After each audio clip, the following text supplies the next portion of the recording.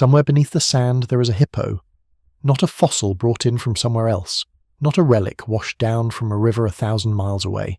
A hippo, buried where it died, in the middle of what is now the most arid, scorching, inhospitable stretch of land on the surface of the earth. It is lying there under the dunes of the Central Sahara, in a region that receives less than 1 inch of rainfall per year, in a place where the temperature can reach 130 degrees Fahrenheit, and the wind strips the moisture from your lungs before you've had a chance to feel thirsty. And yet the hippo is there, along with the bones of crocodiles, and freshwater clams, and the skeletal remains of ancient cattle, and fishhooks carved from bone, and the ash of 10,000-year-old campfires, and the faint handprints of children pressed into rock faces that now overlook nothing but empty, rippling seas of golden sand. These things are not supposed to be here. They don't belong to this landscape. They belong to a world that no longer exists, a world of wide, slow rivers and deep blue lakes, of tall grasses and acacia forests, of flamingos wading through shallow waters in the shadow of mountains that are now completely barren. They belong to a Sahara that very few people know existed, and that even fewer can truly picture when they stand at the edge of the modern desert and look out at the endless shimmering heat. The Sahara Desert is the largest hot desert in the world. It covers roughly 3.5 million square miles, stretching across the entire width of the African continent, from the Atlantic coast of Mauritania in the west to the shores of the Red Sea in the east. 11 countries fall within its boundaries. It contains mountain ranges whose peaks rise above 10,000 feet, sand seas larger than the entire country of France, volcanic craters, ancient lake beds, and plateau landscapes so remote that they were not properly mapped until satellites looked down at them from orbit. It is a place of extraordinary, almost otherworldly beauty, but it is also a place of almost total lifelessness. The Central Sahara, the great ergs and hamadas of Algeria, Libya and Niger, is one of the driest places on Earth. Some corners of it have not seen meaningful rainfall in recorded human history. And yet, roughly 10 to 12,000 years ago, a span of time that feels almost impossibly distant when you put it in human terms, and yet is barely a blink in the geological record, this place was green. Not patchwork green, not a few scattered oases dotting an otherwise barren landscape. Genuinely, comprehensively, abundantly green.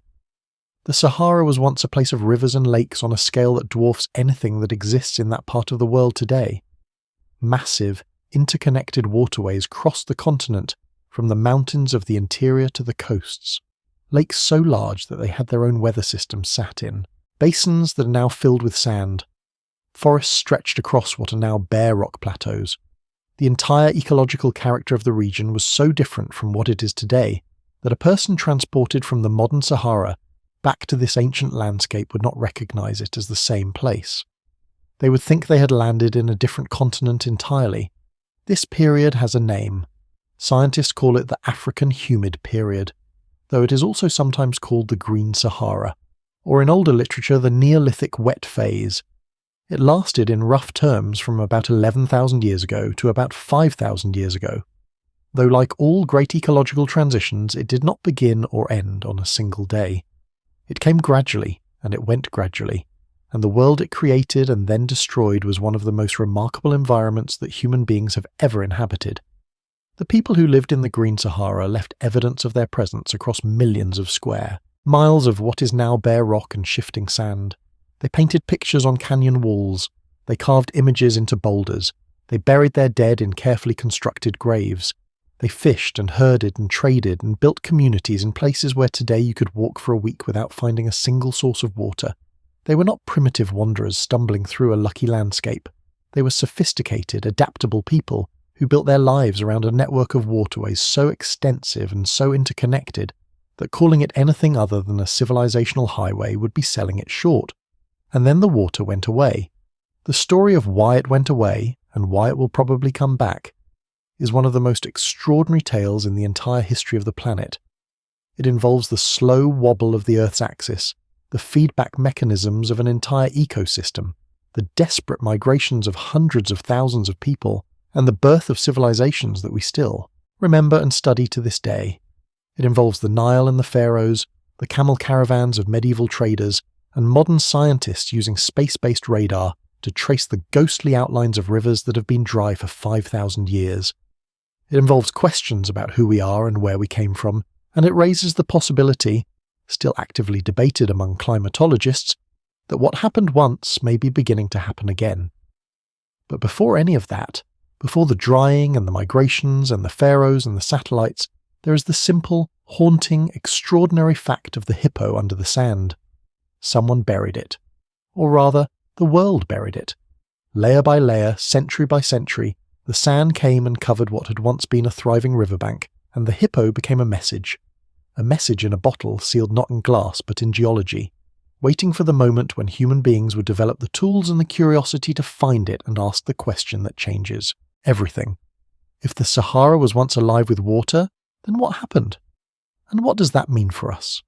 To understand the Green Sahara, you have to start not on the ground but in space, specifically with the relationship between the Earth and the Sun, which is governed by a set of slow rhythmic wobbles and tilts that operate on timescales of tens of thousands of years and have nothing to do with anything human beings have ever done or failed to do. The Earth does not orbit the Sun in a perfect circle. It moves in an ellipse, and the shape of that ellipse changes slightly over time, stretching and compressing over cycles of roughly 100,000 years. The Earth also wobbles on its axis like a top that is beginning to slow down, completing one full wobble every 26,000 years. And the tilt of that axis, which is what gives us our seasons, oscillates between about 22 and 24.5 degrees over a cycle of roughly 41,000 years.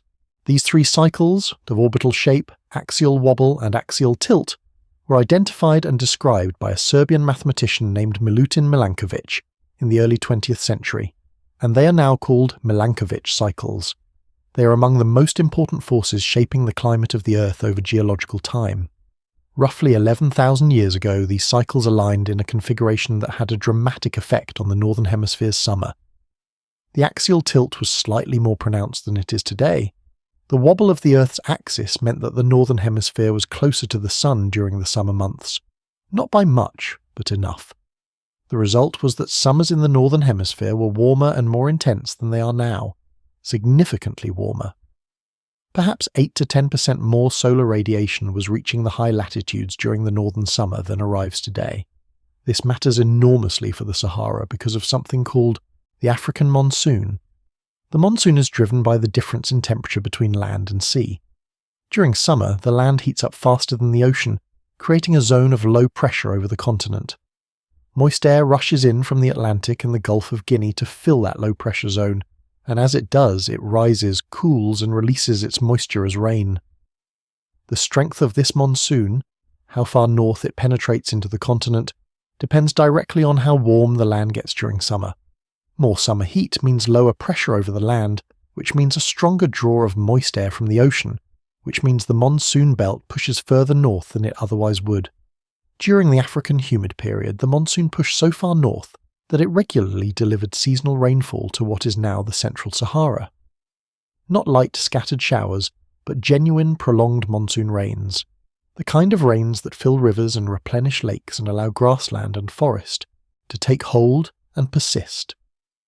The Central Saharan highlands, ranges like the Ahaga in Algeria and the Tibesti in Chad, acted as condensation points where clouds gathered and rainfall was heaviest. Rivers ran from these mountains in all directions, carrying water across the landscape and feeding into vast lake systems that spread across the lowlands. The largest of these lake systems was what geologists call Mega Lake Chad. Today, Lake Chad, which sits at the intersection of the modern countries of Chad, Niger, Cameroon and Nigeria, is a shadow of its former self. Even in the 20th century it was already shrinking dramatically due to climate change and overuse of its tributary rivers. But during the African humid period, Lake Chad was not the modest, shallow body it became.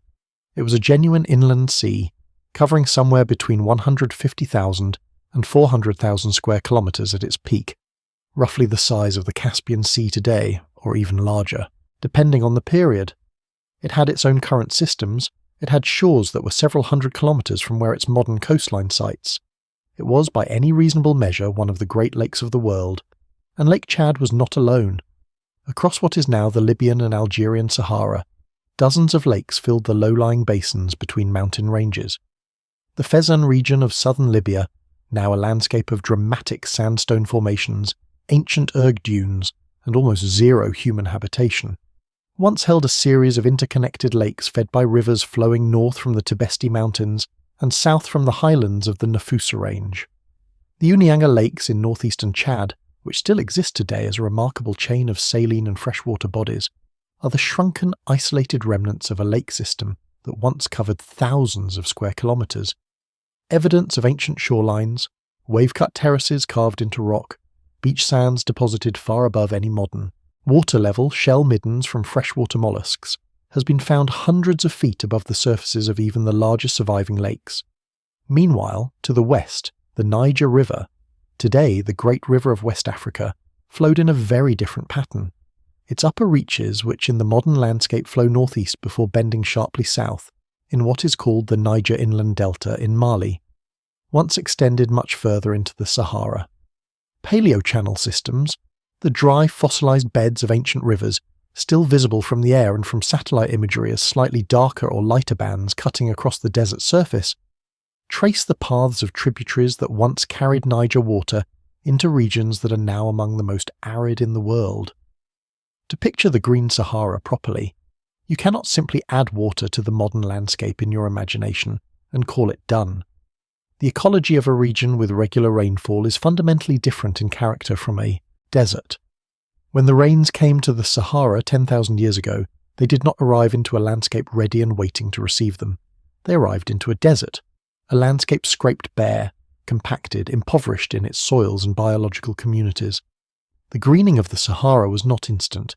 It was a process, a slow colonization of the landscape by plant life that crept northward from the tropics as the rains extended their reach, built up organic matter in the soil, changed the albedo of the surface, the degree to which the land reflects solar radiation back into the atmosphere, and in doing so created conditions that allowed even more rain to fall. The Sahara greened itself, in a sense, through a powerful feedback loop that scientists are still working to fully understand. By the time this process was complete, roughly 9,000 to 10,000 years ago, the central Sahara was clothed in a vegetation type that ecologists describe as Sahelian savanna, similar to what you find today in the belt of land just south of the Sahara's modern edge. Grasslands stretching to every horizon, broken by stands of acacia and other drought-tolerant trees, with denser gallery forest growing along the banks of rivers and around the shores of lakes. Further south, in the regions that are now the southern Sahara and the Sahel, the vegetation was even more lush, open woodland transitioning to forest in the wetter highland zones. Animals filled this landscape in numbers that would astonish anyone who knows only the modern Sahara. Hippos wallowed in the rivers and shallow lakes, crocodiles hunted along their banks, elephants and giraffes browsed the savanna. Lions and leopards stalked through the grass. Oryx and gazelle grazed in vast herds across the open plains.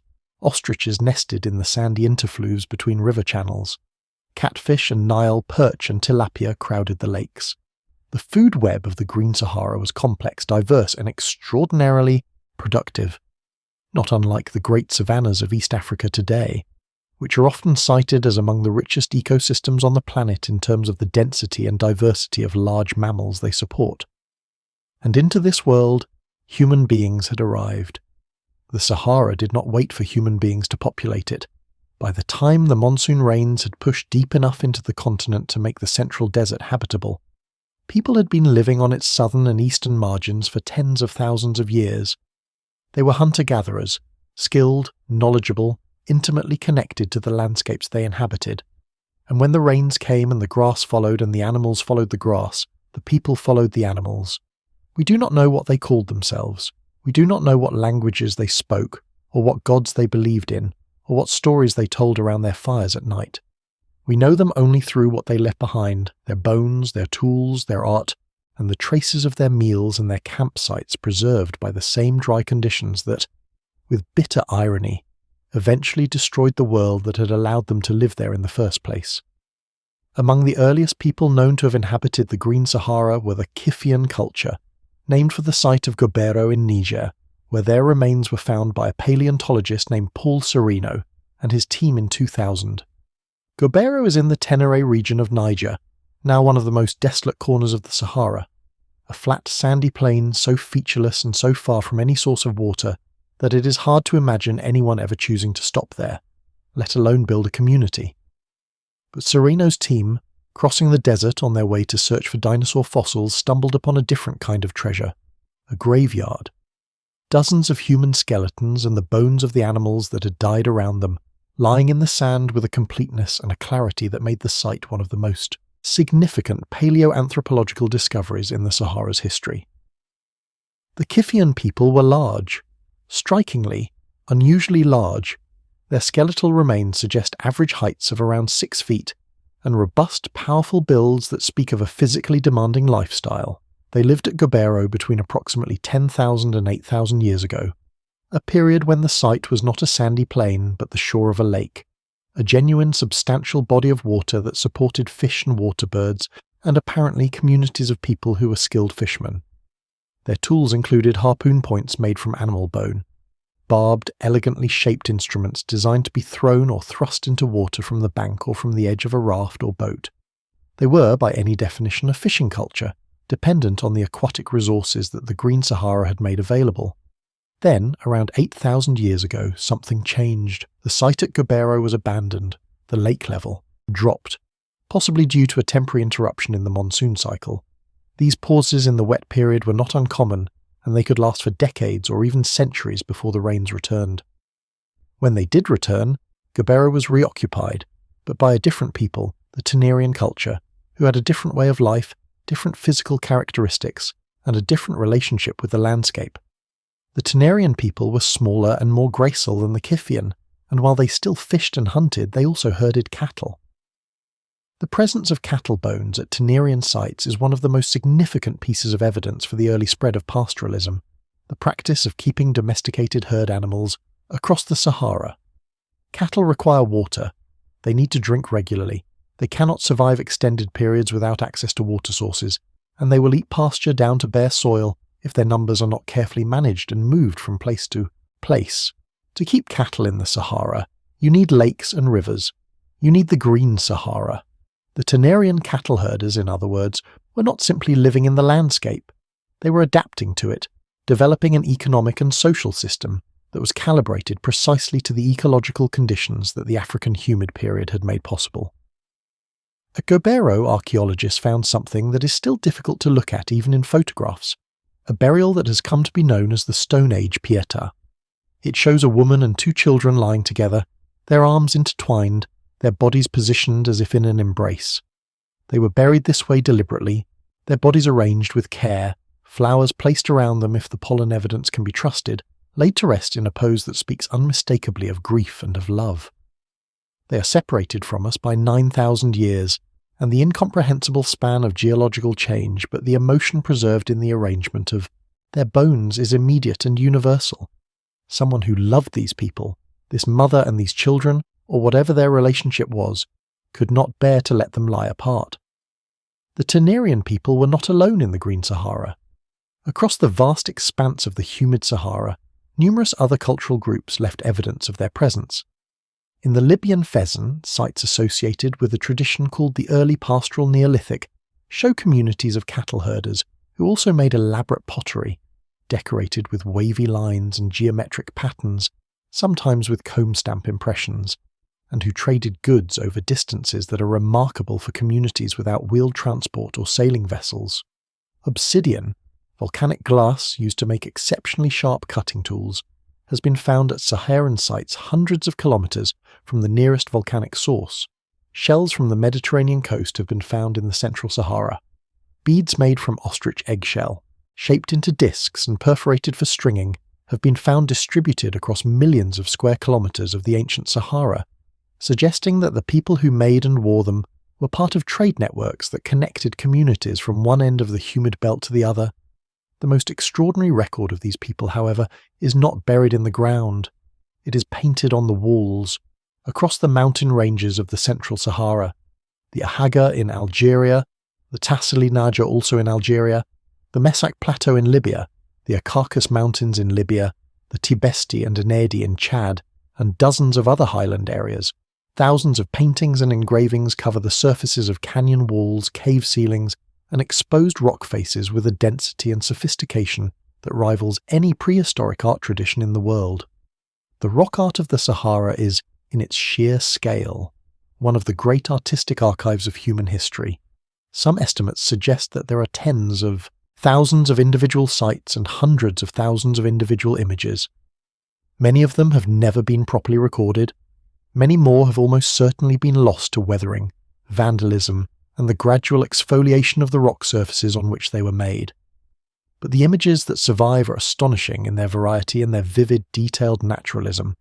There are massive engravings of elephants, their skin folds and the ridges of their skulls captured with an accuracy that suggests the artists were working from direct observation, not from memory or stylization. There are paintings of hippos half submerged in water, rendered in red and yellow ochre, with a fluid economy of line that a modern illustrator might envy. There are cattle, hundreds and hundreds of cattle, painted in polychrome with individual markings and horn configurations that distinguish one animal from another, suggesting the kind of intimate knowledge of individual animals that only a herder could have. There are human figures dancing, hunting, milking cows, gathering honey from hives, loading boats and rowing across water. There are fish and crocodiles and swimming humans and scenes of people fishing from what appear to be reed boats or rafts. These images are not decoration in any superficial sense. They are a record. They are the testimony of people who understood their world with an intimacy and a precision that we can only partially reconstruct, speaking to us across the millennia in a visual language that requires no translation. Because animals are animals, and water is water, and a mother embracing her child is a mother embracing her child, in any century, in any landscape, in any corner of the world. The rock art of the Tassili Najjar Plateau in southeastern Algeria sits at the heart of one of the most remote and spectacular landscapes in the Sahara. The plateau rises abruptly from the desert floor in a series of sandstone towers and canyons wind-carved over millions of years into shapes of hallucinatory strangeness. Arches, spires, mushroom-topped columns, deep slot canyons where the light falls in narrow golden bars. Henri Lot, the French explorer who brought the Tassili paintings to world attention in the 1950s, described walking through this landscape as like moving through a city of ruins. Ruins built by wind rather than by human hands, but no less imposing for that. Among the canyons of the Tassili, there are images of animals swimming. There are images of fish so large they can only represent the Nile perch, a freshwater giant that can reach nearly 2 meters in length and over 200 kilograms in weight. A fish that requires a substantial, well-oxygenated body of water to survive, not the shallow, temporary pools that dot the modern Sahara after occasional rains. The presence of Nile perch in the art of the Tassili is not coincidental. These mountains were once drained by rivers, and those rivers once connected to a system of waterways that extended across the entire Saharan region in a network of remarkable complexity. The most important of these ancient rivers, the one that has received the most attention from scientists in recent decades, is now known as the Tamanrasset River. Named for the modern Algerian oasis town that sits near its ancient headwaters, the Tamanrasset was a river of extraordinary scale. At its maximum extent during the height of the African humid period, it is estimated to have drained an area of roughly 1 million square kilometers, larger than the drainage basin of the modern Rhine, Loire and Seine rivers combined. It rose in the Ahaga Mountains of southern Algeria, gathered tributaries from dozens of smaller highland ranges across the central Sahara, and flowed generally southwestward across the desert before eventually reaching the Atlantic Ocean at what is now the coast of Mauritania, where a large submarine canyon, the Cap Timiras Canyon, marks the ancient mouth of a river that has been dry for thousands of years. The Tamanrasset was not discovered by someone walking across the desert and following a riverbed, because the riverbed is now buried under sand. It was discovered, or rather traced, by satellite. In the 1980s, a NASA mission aboard the space shuttle carried an instrument called the Shuttle Imaging Radar, a synthetic aperture radar system capable of penetrating the thin, dry layer of desert sand that blankets much of the Sahara to reveal what lies beneath. When the data from those radar passes was processed and analysed, scientists at the Jet Propulsion Laboratory were astonished by what they saw. Beneath the sand of the eastern Sahara, hidden from any ground-level observation, there was an extraordinary network of channels. The fossilised beds of ancient rivers, preserved in the rock below the sand layer, running in patterns that spoke unmistakably of a functioning drainage system. In one famous image from the radar data, an image that became iconic in popular science writing and was reproduced in dozens of books and articles, the surface of the desert near the border of Egypt, Sudan and Libya shows nothing but flat, featureless sand. But the radar image of the same area shows a complex branching pattern of channels, some of them hundreds of meters wide, merging and splitting in the characteristic dendritic pattern of a river system that once carried enormous volumes of water. The rivers are called wadi, the Arabic term for a dry riverbed, but these were not seasonal wadis like those that occasionally fill with flash flood water after rare desert storms. They were perennial rivers, flowing year-round, fed by the reliable seasonal rains of the monsoon system, maintaining their flow through the dry season from groundwater reserves that the rains of previous years had filled. The Eastern Sahara Paleochannel Network, as it has come to be called, is now known to include some of the largest fossil river systems in the world. The Wadi Hawa, which today is a dry channel crossing the northern Sudan-Chad borderlands and occasionally carrying some water in its lower reaches after heavy rains in the Sudanese highlands, was once a major river, perhaps comparable in scale to the modern Niger. It drained a vast highland catchment and delivered its water into what was then a much fuller Lake Chad system. The Wadi el-Kabir, in eastern Libya, traced a course northward from the Tibesti highlands toward the Mediterranean coast, and at its mouth it built a delta whose ancient deposits can still be identified in the modern landscape. Meanwhile, in the west, the Niger's ancient course was even more extensive than today. The modern Niger follows a great arc across West Africa, rising in the Guinea highlands near the Atlantic coast, flowing northeast across Mali before bending sharply southeast through Niger and Nigeria and emptying into the Gulf of Guinea. This boomerang shape is partly a relic of the Green Sahara period, when the upper Niger, the part that flows northeast, was a much longer river, extending further into the heart of the Sahara before the bend.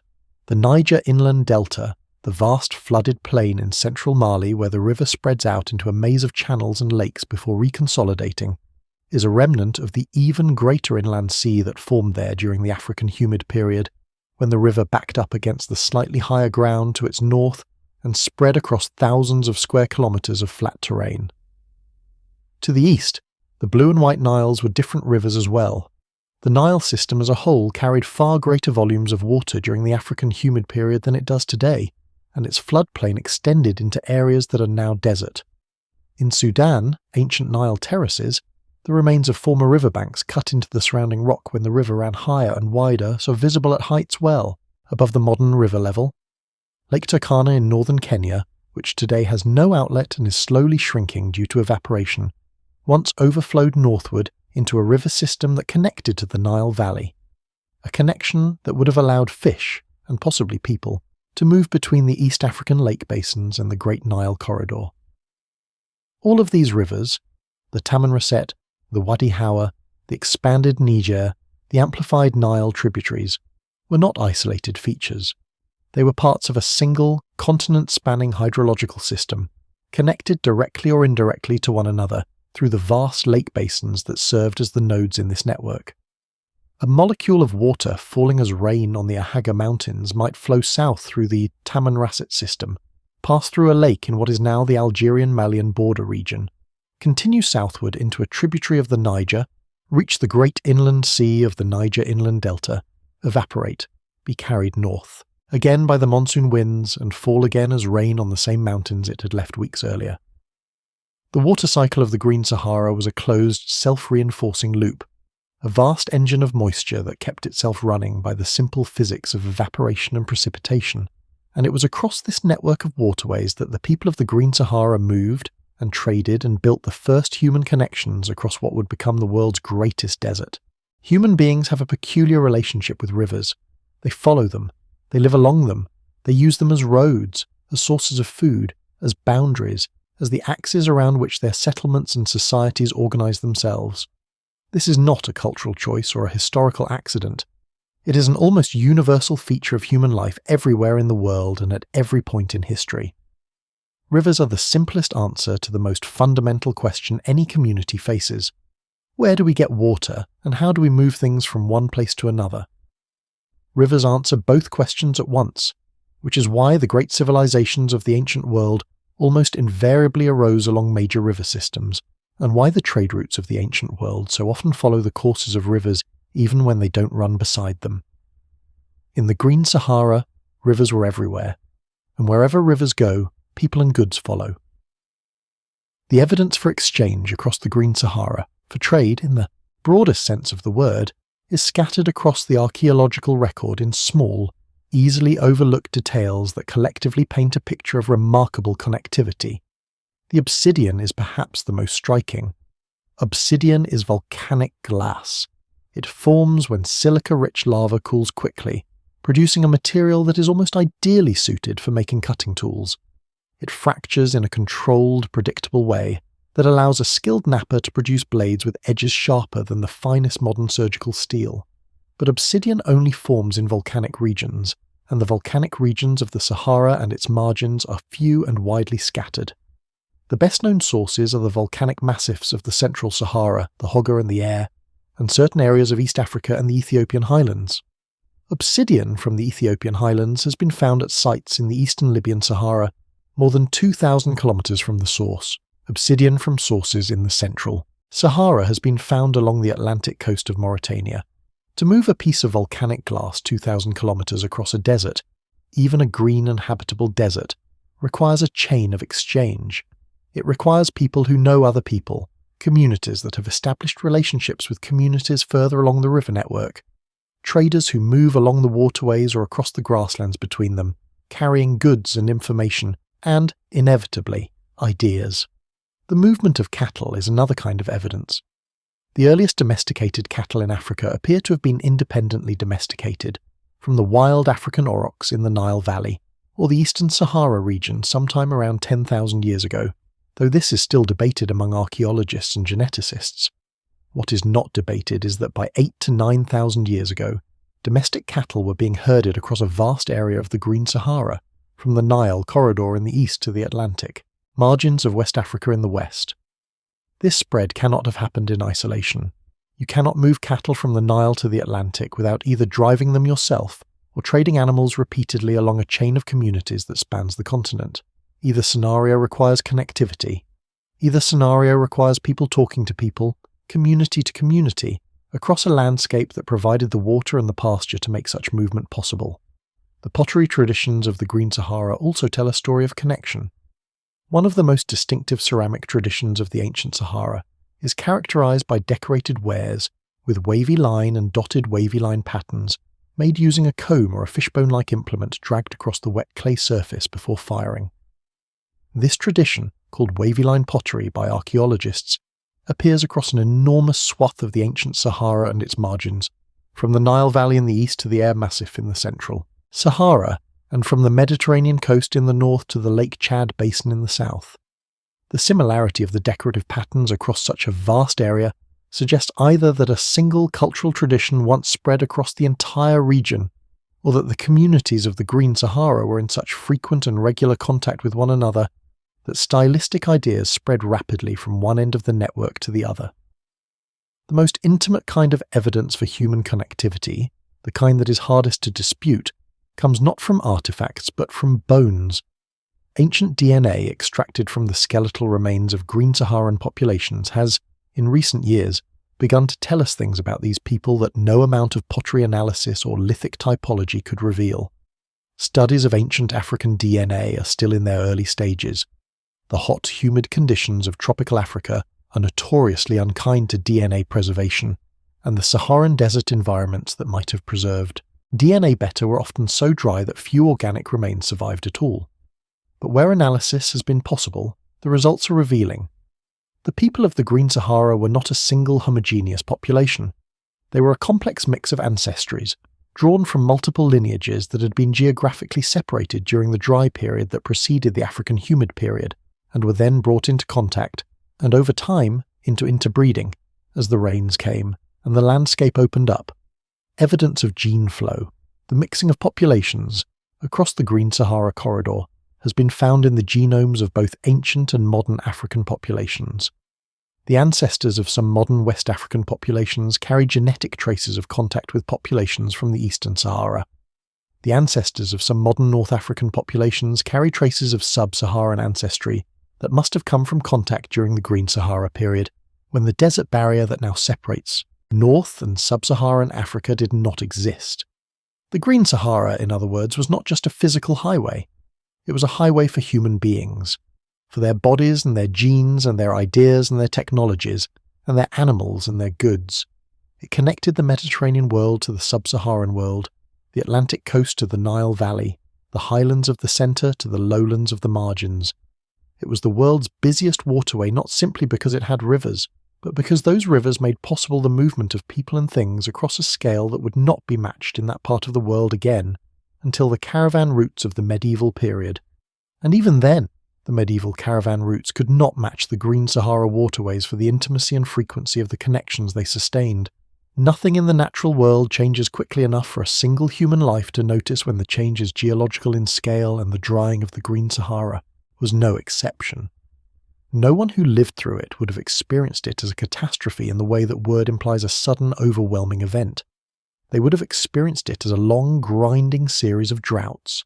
Dry years followed by marginally less dry years followed by dry years again, each generation inheriting a landscape slightly less productive than the one their parents had known, each community making small adjustments to its patterns of movement and resource use that seemed sensible in the moment, but were ultimately inadequate to the scale of the change they were responding to.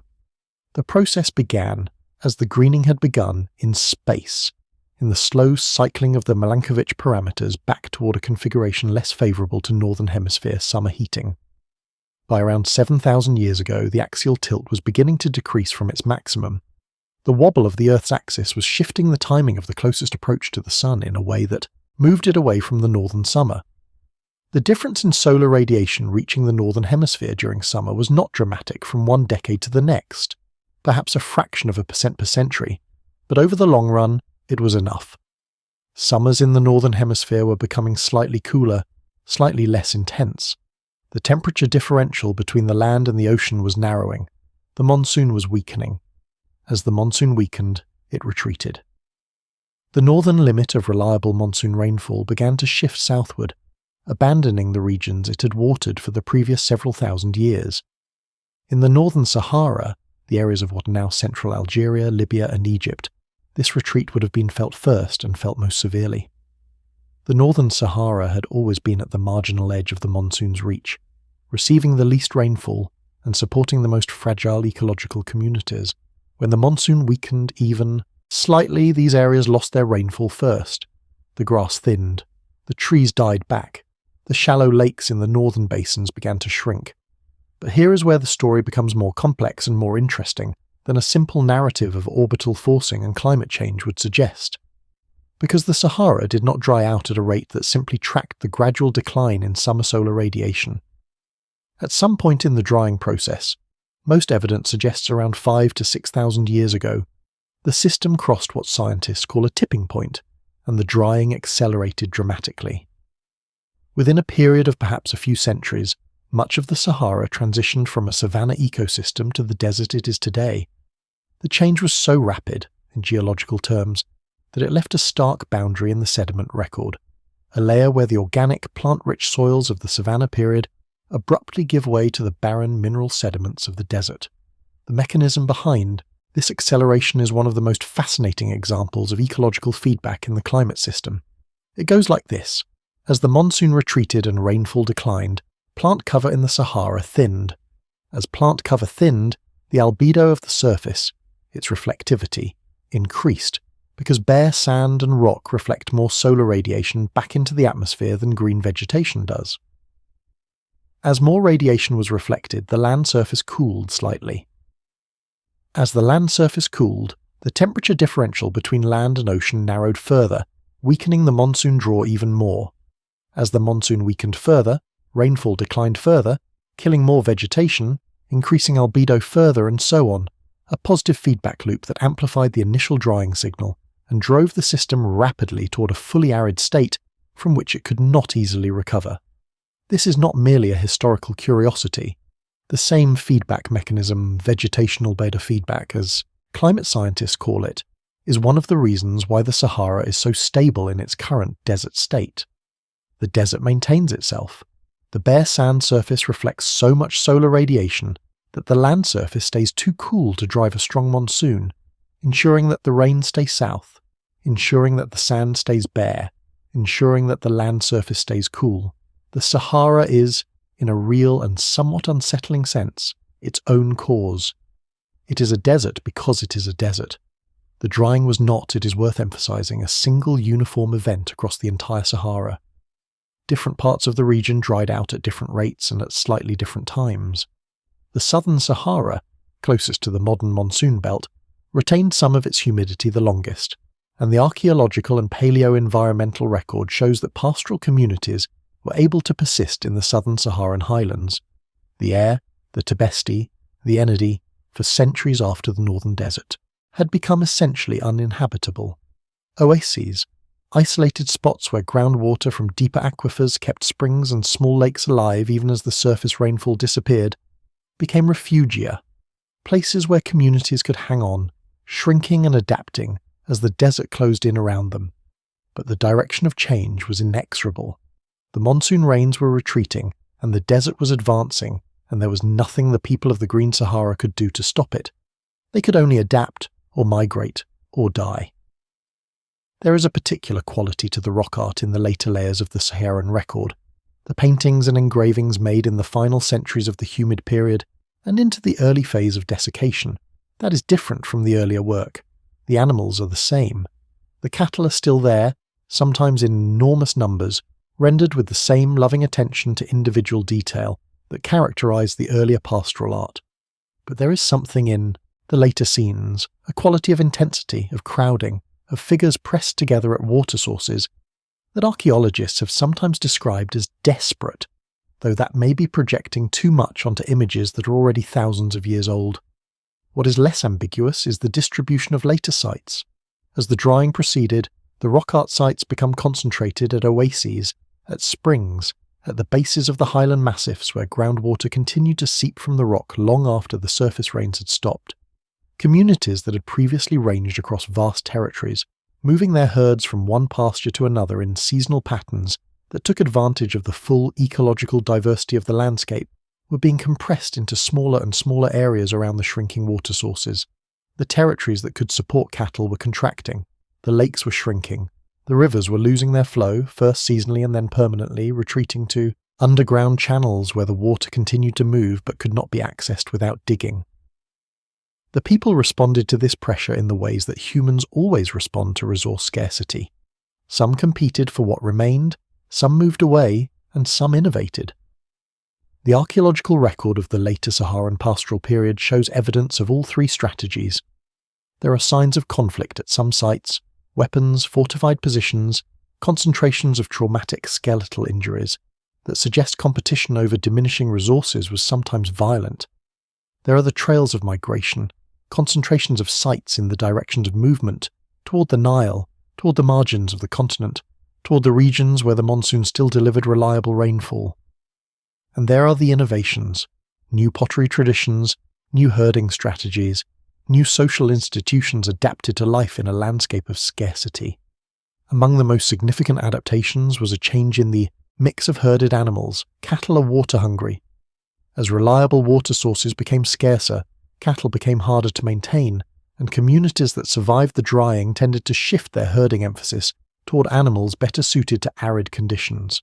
Sheep and goats, which require less water than cattle and can extract moisture from a wider range of plant material, became more prominent in the herds of the later Saharan pastoral period.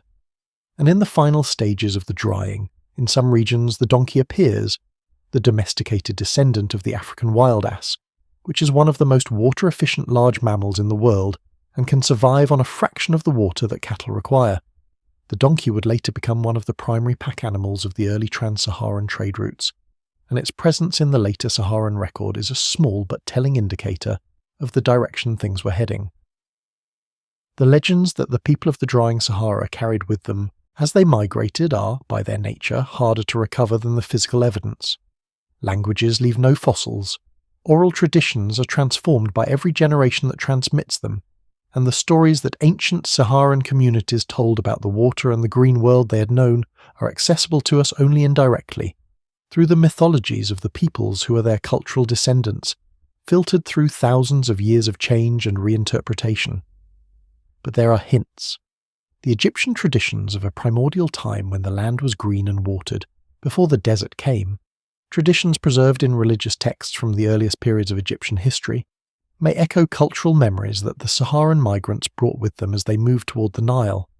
The Berber peoples of North Africa, whose ancestors inhabited the Saharan margins through the drying period, have traditions of a lost green world, a time when the mountains of their homeland were clothed in forest and their rivers ran full. The Tuareg nomads of the Central Sahara, the most direct cultural descendants of the ancient Saharan herders, have a detailed oral tradition about wells and water sources that extends back into a past far older than any living memory of the landscape as it now exists. As if the tradition of finding water in a dry world was passed down through generations who once lived in a world where water was everywhere and had to learn, painfully and slowly, to find it where it hid. The rock art itself may be a form of memory.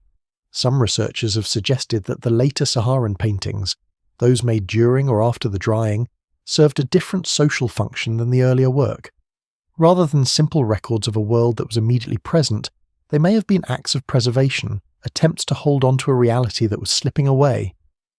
To paint a river full of fish on a rock wall in a landscape where rivers no longer ran may have been, for the people doing it, something like what writing in a journal is for a modern person facing loss, an act of documentation, of insistence that this was real, that this happened, that the water was here and the hippos were here and the people were here, fishing and swimming and living their lives in a world that was now disappearing but must not be forgotten.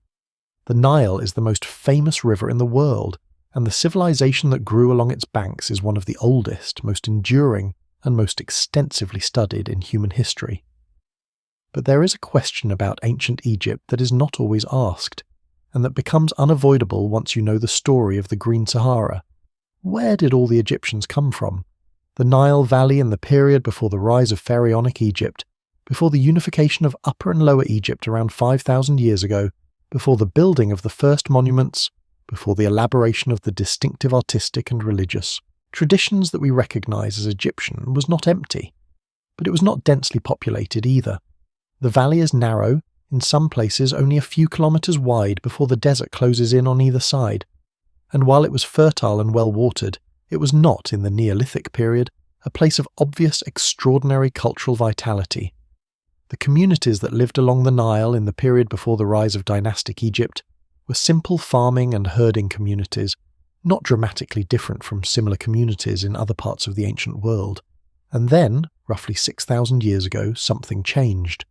The archaeological record of the Nile Valley shows a sudden increase in the complexity and density of human occupation, a flowering of new cultural traditions, new burial customs, new artistic styles, and new forms of social organization that seem to emerge with a rapidity that the internal development of the Nile Valley communities alone cannot easily explain. Population density increased sharply. New settlement types appeared. The material culture, the pottery, the tools, the ornaments, suddenly incorporates elements that look distinctly Saharan. The most plausible explanation, the one that a growing body of archaeological and genetic evidence supports, is immigration. The drying of the Sahara drove enormous numbers of people eastward and southward toward the Nile. These were not refugees in a narrow sense. They were pastoralists, herders, and farmers who had been living in the Sahara for thousands of years, who had developed sophisticated knowledge of animal management, water finding, and long-distance trade, and who brought all of that knowledge with them when the desert pushed them out. They arrived in the Nile Valley not as destitute wanderers, but as experienced, resourceful people, with a complex cultural repertoire, and their arrival transformed the Nile communities from the inside. The evidence for this, or transformation, is written in the cultural record of pre-dynastic Egypt, the period from roughly 5,500 to 5,000 years ago. The distinctive wavy line pottery of the Saharan pastoral tradition suddenly appears in Egyptian sites.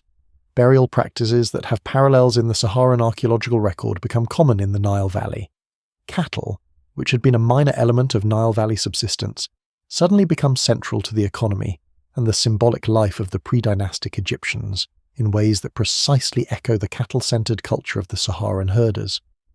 the sacred cow of ancient Egypt, Hathor, depicted with the sun disk between her horns, associated with fertility, motherhood, and the nurturing power of water, may be in part the echo of a cattle culture that began its journey not in the Nile Valley, but in the green savannas of the ancient Sahara.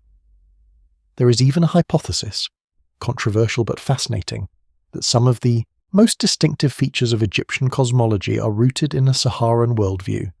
The Egyptian concept of the desert as the realm of chaos and death, the red land, Deshret, opposed to the fertile Nile Valley as the realm of order and life, the black land, Kemet, may encode the lived experience of communities that had made exactly that transition, from a world of water and life to a world of sand and death, and who organized their new cosmological order around the central trauma of that transition. The Nile was salvation, the desert was what they had fled, and the gods they invented to make sense of their world were shaped, at least in part, by the memory of what they had left behind. This is not to suggest that ancient Egypt was simply a Saharan culture transplanted to the Nile.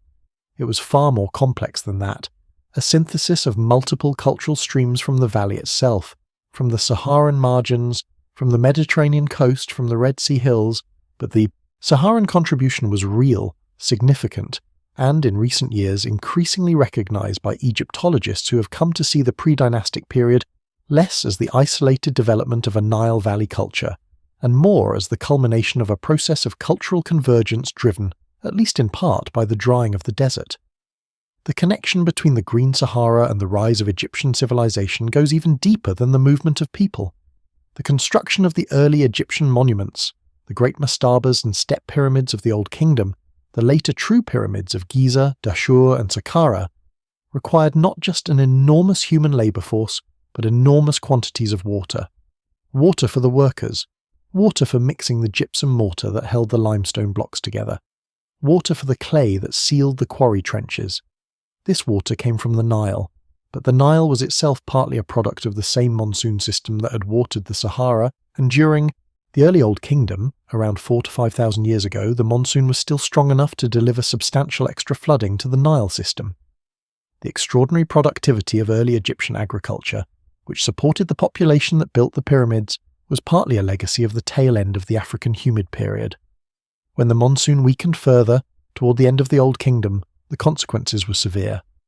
The collapse of the Egyptian Old Kingdom around 4,200 years ago, one of the most dramatic political collapses in the ancient world, bringing down the elaborate bureaucratic and religious structure that had maintained the pyramid-building civilization for centuries, is now widely believed to have been triggered in large part by a severe, prolonged drought. Nile flood levels dropped, agricultural yields collapsed, the elaborate state apparatus that depended on the surplus production of Egyptian farming found its economic base, disappearing. The central authority of the pharaoh, which had been maintained in part by the state's ability to redistribute grain in times of local shortage, lost its credibility. The Old Kingdom fell. The climate shift that caused this collapse was the same shift that had been driving the Saharan drying for 2,000 years.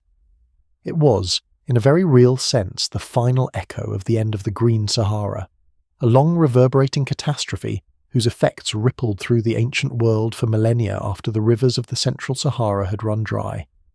The last of the Sahara's great lakes drained away, the last of the interior rivers ceased their flow, the green savanna retreated southward, following the monsoon, leaving behind an expanding zone of bare rock and sand that absorbed the heat of the equatorial sun and released it at night in waves that chilled the air with a clarity that had no mercy in it. By around 3,500 to 4,000 years ago, the Sahara had achieved essentially its modern form, not identical to it in every detail, because the desert is not static and its dune systems and surface features continue to shift, but recognizable. If you could travel back to the Sahara of 3,500 years ago and look across the Libyan Erg or the Algerian Grand Erg Oriental, you would see something very close to what travelers see today. And yet the desert did not become empty. This is the crucial point, the turn in the story that transforms the ending from one of pure loss into something more complicated and more interesting. Because although the water was gone, the routes that the water had established, the corridors of movement across the continent, the connections between north and south, between Mediterranean and sub-Saharan Africa, did not disappear from human memory or human practice. they simply changed character. The key was the camel, or rather, the dromedary, the single-humped camel of Arabia and North Africa, Camelus dromedarius, an animal so magnificently suited to desert travel that it seems almost engineered for the purpose. The dromedary can go for a week or more without drinking water in cool weather, and for 3 to 5 days even in intense heat. It stores fat, not water, in its hump, a reserve of energy that it can metabolize during long journeys without access to food. It can drink enormous quantities of water very quickly when water is available, rehydrating from severe dehydration in a matter of minutes. Its broad, padded feet spread its weight over soft sand without sinking. Its nostrils can be sealed against blowing sand. Its eyes are protected by long, thick lashes and a translucent third eyelid. It is an animal evolved for exactly the conditions that the Sahara presents, and its arrival in North Africa, most evidence suggests sometime around 3,000 years ago, introduced from Arabia, changed the economics of trans-Saharan travel as profoundly as the invention of the sailing ship changed the economics of Mediterranean trade. Before the camel, crossing the Sahara was possible. People had done it for millennia along the ancient water routes, but it was slow, expensive, and limited by the necessity of carrying water. With the camel, the calculation changed entirely. A caravan of loaded dromedaries could cross from sub-Saharan Africa to the North African coast in a matter of weeks, carrying commercially significant loads of trade goods along routes that would have been impassable to any wheeled vehicle, and prohibitively expensive for any other pack animal. The camel did not create the trans-Saharan trade. That trade had existed in some form since the Green Sahara period, when the waterways made movement easy. But the camel intensified it, regularized it, and ultimately turned it into one of the most consequential commercial systems in the history of the pre-modern world, the great trans-Saharan trade routes of the medieval period, the routes that connected the goldfields of West Africa to the markets of the Mediterranean world, that carried salt from the great Saharan salt mines of Tagaza and Taodeni south in exchange for gold, slaves and other commodities from the Sudan, were not invented by medieval merchants. They were inherited in their general outlines from the ancient waterway networks of the Green Sahara, adapted for the camel age and expanded to a commercial scale that the ancient pastoralists could not have imagined. The most famous of these routes passed through a series of oases that had been significant human gathering points since the Neolithic period. The Fezzan oases of southern Libya, Muzuk, Ubari, Jerma, had been inhabited continuously since the Green Sahara period, sustained by the fossil groundwater that the ancient monsoons had charged into deep aquifers and that continued to seep slowly to the surface through natural springs and hand-dug wells long after the surface rainfall had stopped. The oasis towns of the central Sahara, Ghadames in Libya, Insala and Tamanrasset in Algeria, Agadez in Niger, were the nodes in a commercial network that moved enormous quantities of gold northward and enormous quantities of salt southward across the desert, sustaining the economies of some of the greatest empires of the medieval African world. The Ghana Empire, the Mali Empire, and the Songhai Empire, the three great West African powers that dominated the Western Sudan from roughly the 8th to the 16th centuries CE, were all built to a significant degree on the profits of trans-Saharan trade. Their rulers controlled the goldfields that produced the commodity the Mediterranean world could not get enough of. Their merchants organized the camel caravans that carried the gold north and the salt south. Their cities, Kumbi Saleh, the great Malian city of Timbuktu, the Songhai capital of Gao, were not isolated, backwaters but major cosmopolitan centers, connected to the wider world of the Mediterranean, the Middle East and Central Asia, through the commercial networks that the Sahara, paradoxically, both created and sustained. The wealth that flowed through these routes was staggering. When Mansa Musa, the Emperor of Mali, made his pilgrimage to Mecca in 1324 CE, he travelled with a retinue estimated at between 60,000 and 80,000 people, including 12,000 slaves dressed in silk and carrying golden staffs, and 80 camels each carrying between 200 and 300 pounds of gold dust. When he passed through Cairo, he distributed so much gold in gifts and charity that he caused serious inflation in the Egyptian economy. The price of gold in Egypt did not fully recover for a decade. The gold he distributed so casually was the same gold that had been flowing northward across the Sahara for centuries, carried on the backs of the same camels that had made the desert passable along routes that followed the same general corridors that the rivers of the Green Sahara had carved across the continent thousands of years before. The desert, in other words, had become a road. Not the road that the water had made. Not the living, flowing, biologically rich highway of the African humid period, but a road nonetheless, traversed not by people in reed boats following the current downstream, but by people on camels following the stars across the dunes, guided by knowledge passed down through generations of desert merchants and nomads who understood the emptiness of the Sahara as intimately as the Kiffian fishermen had once understood its waters. The modern rediscovery of the Green Sahara began not with a dramatic expedition or a single landmark finding, but with a slow accumulation of anomalies. Small, persistent details in the evidence that didn't fit the expected picture of the desert as a timeless, unchanging landscape. Some of the earliest clues came from well diggers, in the great oases of the Sahara, in the Fezzan, in the Egyptian Western Desert, in the central Algerian depressions. People had been digging wells for water for thousands of years, and occasionally at depth the well diggers found things that had no business being there. Freshwater snail shells at depths of 30 or 40 feet below the desert surface. Layers of dark, organic-rich sediment, what geologists call black sediments or lacustrine sediments, sandwiched between layers of sterile desert sand. The bones of fish and hippos in dry rock formations that had no connection to any modern water source. For a long time, these anomalies were explained away in various ways. The snail shells were fossils, desiccated survivals from some earlier geological epoch when the Sahara might have been part of a shallow sea. The organic sediments were ancient peat deposits, unrelated to any recent climate change. The fish bones and hippo remains were misidentified, or transported, or simply inexplicable. The idea that the Sahara had recently, in geological terms, been a green and watered landscape was not seriously entertained by most Western scientists before the 20th century. The desert seemed too vast, too permanent, too fundamentally Saharan to have been otherwise.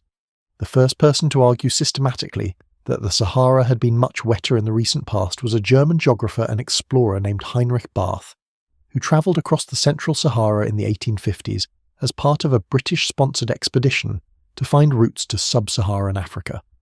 Barth was a meticulous observer, and as he crossed the Fezzan and the Air Massif and the region south of Lake Chad, he noticed things that troubled his understanding of the landscape. He saw ancient riverbeds, channels cut deep into the rock, far too large to have been carved by the occasional flash floods that were the only moisture these landscapes now received. He saw wave-cut terraces above the modern level of Lake Chad and the other lakes he visited, indicating that these bodies of water had once been much larger. He saw ancient trees, long dead, in places that were now too dry to support any vegetation, and he saw the rock art, the paintings and engravings in the canyon walls, showing animals that had no business being in a desert. Barth was sceptical of some of his own conclusions. He knew that his observations were fragmentary and that his explanations were speculative, but he recorded everything carefully, and his accounts, published in multiple volumes between 1857 and 1858, and largely ignored by the scientific establishment, contain some of the earliest systematic documentation of the evidence for a wetter Saharan past. It was not until the mid-20th century, when the combination of radiocarbon dating and systematic archaeological survey began to be applied to the Saharan record, that the Green Sahara hypothesis moved from speculation to established science. Radiocarbon dating, the technique that uses the known rate of decay of the carbon-14 isotope to determine the age of organic materials, made it possible to directly date the organic sediments, the charcoal from ancient hearths, the bone fragments from animal remains, and the shells from freshwater mollusks that had been turning up in Saharan archaeological sites for decades.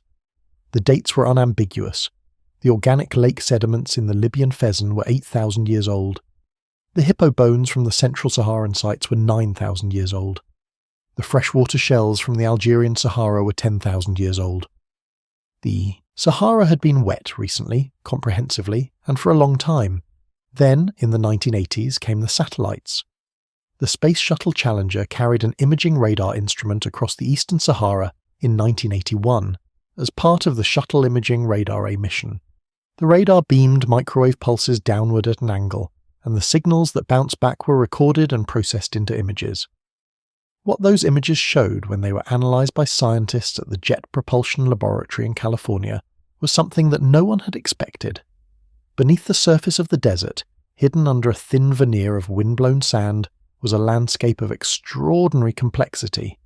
Valley systems, channel networks, the unmistakable geometry of rivers, the branching, anastomosing, meandering patterns that water carves into rock over thousands of years, preserved in the subsurface as clearly as if they had been freshly cut. John Macaulay and his colleagues at the USGS, who published the first analysis of the radar data in 1982, described it as seeing through the desert surface into a different geological era. The rivers they were tracing were not modern features. They were ancient, deeply buried, long dry, but they were there, crossing what was now one of the most arid regions on Earth in patterns that spoke of a time when this landscape had been drained by river systems as substantial as any in the modern world. They called the most prominent of the ancient drainage systems they identified the radar rivers, and their discovery sparked a wave of scientific interest in the Saharan paleo environment that has continued to accelerate to the present day. Subsequent missions, additional shuttle radar passes, and eventually the orbital radar systems aboard satellites like the European Space Agency's ERS-1 and ERS-2, and later the shuttle radar topography mission, added more detail to the picture. The fossil river networks of the Eastern Sahara were traced across thousands of kilometers. The ancient lake basins were mapped in 3 dimensions. The shoreline features of Mega Lake Chad were identified at elevations far above the modern lake surface, establishing the maximum extent of the ancient lake system with a precision that no ground-based survey could have achieved. On the ground, meanwhile, the archaeological investigation of the Green Sahara was accelerating. Paul Sereno's discovery at Gobero in 2000 was one of the most dramatic single finds, but it was only the most headline-grabbing example of a much broader pattern of discovery.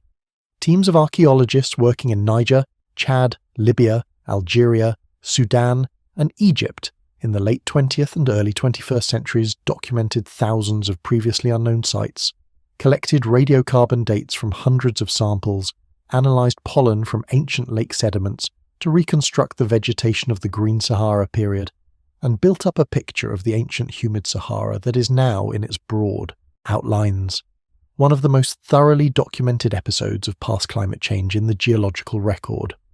One of the most significant of these investigations was carried out by a team led by the archaeologist Elena Garcia and the paleoecologist Stefan Kruppelin in the Chad Basin, where systematic study of the sediment record beneath and around the modern Lake Chad and its surrounding landscape provided a detailed chronology of the rise and fall of the Green Sahara in this critical region.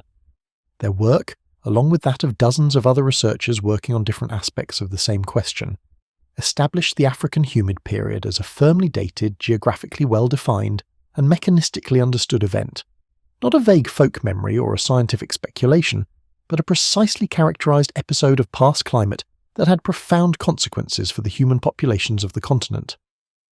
The most immediately practical consequence of the discovery of the Green Sahara is also, in some ways, the most poignant. The water is still there, not on the surface, not in rivers or lakes that any living person can see or drink from, but deep in the rock, in the vast aquifer systems that the monsoon rains of the African humid period charged over thousands of years.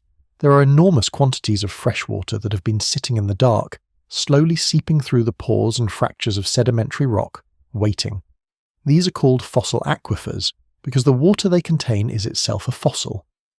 Deposited thousands of years ago, and no longer being meaningfully replenished by modern rainfall, because the modern Sahara receives too little rain to recharge them at any significant rate.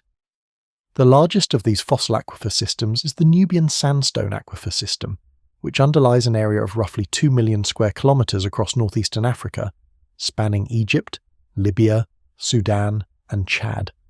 It is one of the largest known freshwater aquifer systems in the world, containing an estimated total volume of approximately 150,000 cubic kilometres of fresh water.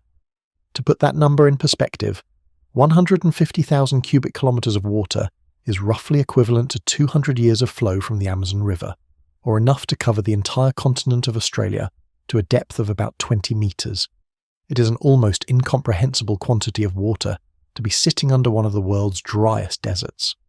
The Nubian sandstone aquifer system was identified and described in detail during the second half of the 20th century as the governments of Egypt, Libya, Sudan, and Chad began systematic hydrogeological surveys of their territories in search of water for agricultural development and urban supply. The scale of the resource was staggering, and it was not long before ambitious development projects were conceived to bring this fossil water to the surface and put it to use. The most dramatic of these projects is Libya's Great Man-Made River, which was initiated in the 1980s under the government of Muammar Gaddafi and described at the time as the eighth wonder of the world. The Great Man-Made River is exactly what its name suggests, a network of enormous underground pipes, up to 4 meters in diameter, running northward from wells drilled into the Nubian sandstone aquifer system in the Libyan Sahara to the coastal cities of Benghazi, Tripoli and Sirte, carrying fossil water northward at a rate of several million cubic meters per day. The wells tap water that fell as rain during the African humid period, 7,000 to 10,000 years ago. When Libyan farmers irrigate their fields with great man-made river water, or when residents of Tripoli fill a glass from the tap, they are drinking the rain of the Green Sahara. Egypt has developed similar, if less extensive, projects drawing on the Nubian aquifer in the Western Desert. The New Valley project, which has attempted to develop agriculture in the oasis depressions of the Karga, Dakhla and Farafra basins, all of which sit above portions of the aquifer. Saudi Arabia, which has no portion of the Saharan aquifer system, but has its own enormous fossil aquifers dating from the same humid period, has been drawing down its underground water at a rate that has alarmed hydrologists for decades. The problem with fossil water is the same problem you would face with any non-renewable resource. You can use it once. The Nubian sandstone aquifer system took thousands of years of monsoon rains to fill. Modern extraction rates are depleting it at a pace that would exhaust the economically accessible portions within decades to a few centuries, depending on the rate of use. There is no realistic prospect of it being meaningfully recharged under current climate conditions, because the Saharan rainfall that would be needed to recharge it is not falling, and in the short term is not expected to fall. This is not only a problem of water supply, it is also a problem of subsidence, the gradual sinking of the ground surface as the water is removed from below, and of salt intrusion as the freshwater pressure in the aquifer is reduced and more saline water from neighbouring geological formations moves in to fill the space. In parts of the Libyan Sahara, where intensive pumping has been underway for decades, these problems are already becoming apparent. But there is another dimension to the underground water story that takes us beyond the immediate practical concerns and back into the deeper history of the landscape. The fossil aquifers are not the only water hidden beneath the Sahara. In the ancient riverbed systems that the Space Shuttle radar revealed, the Tamanrasset Paleo Channel, the Eastern Saharan Wadi networks, the buried valleys of the Libyan interior, there are smaller, shallower aquifer systems that are recharged, at least to some extent, by the occasional rains that do fall in the Saharan highlands. The water that falls on the Ahaga Mountains in Algeria, or the Tibesti in Chad, or the Jebel Uweinat on the Egypt-Libya-Sudan border, percolates into the rock and moves slowly downslope through the buried channel systems, emerging at oases dozens or hundreds of kilometers from where it fell.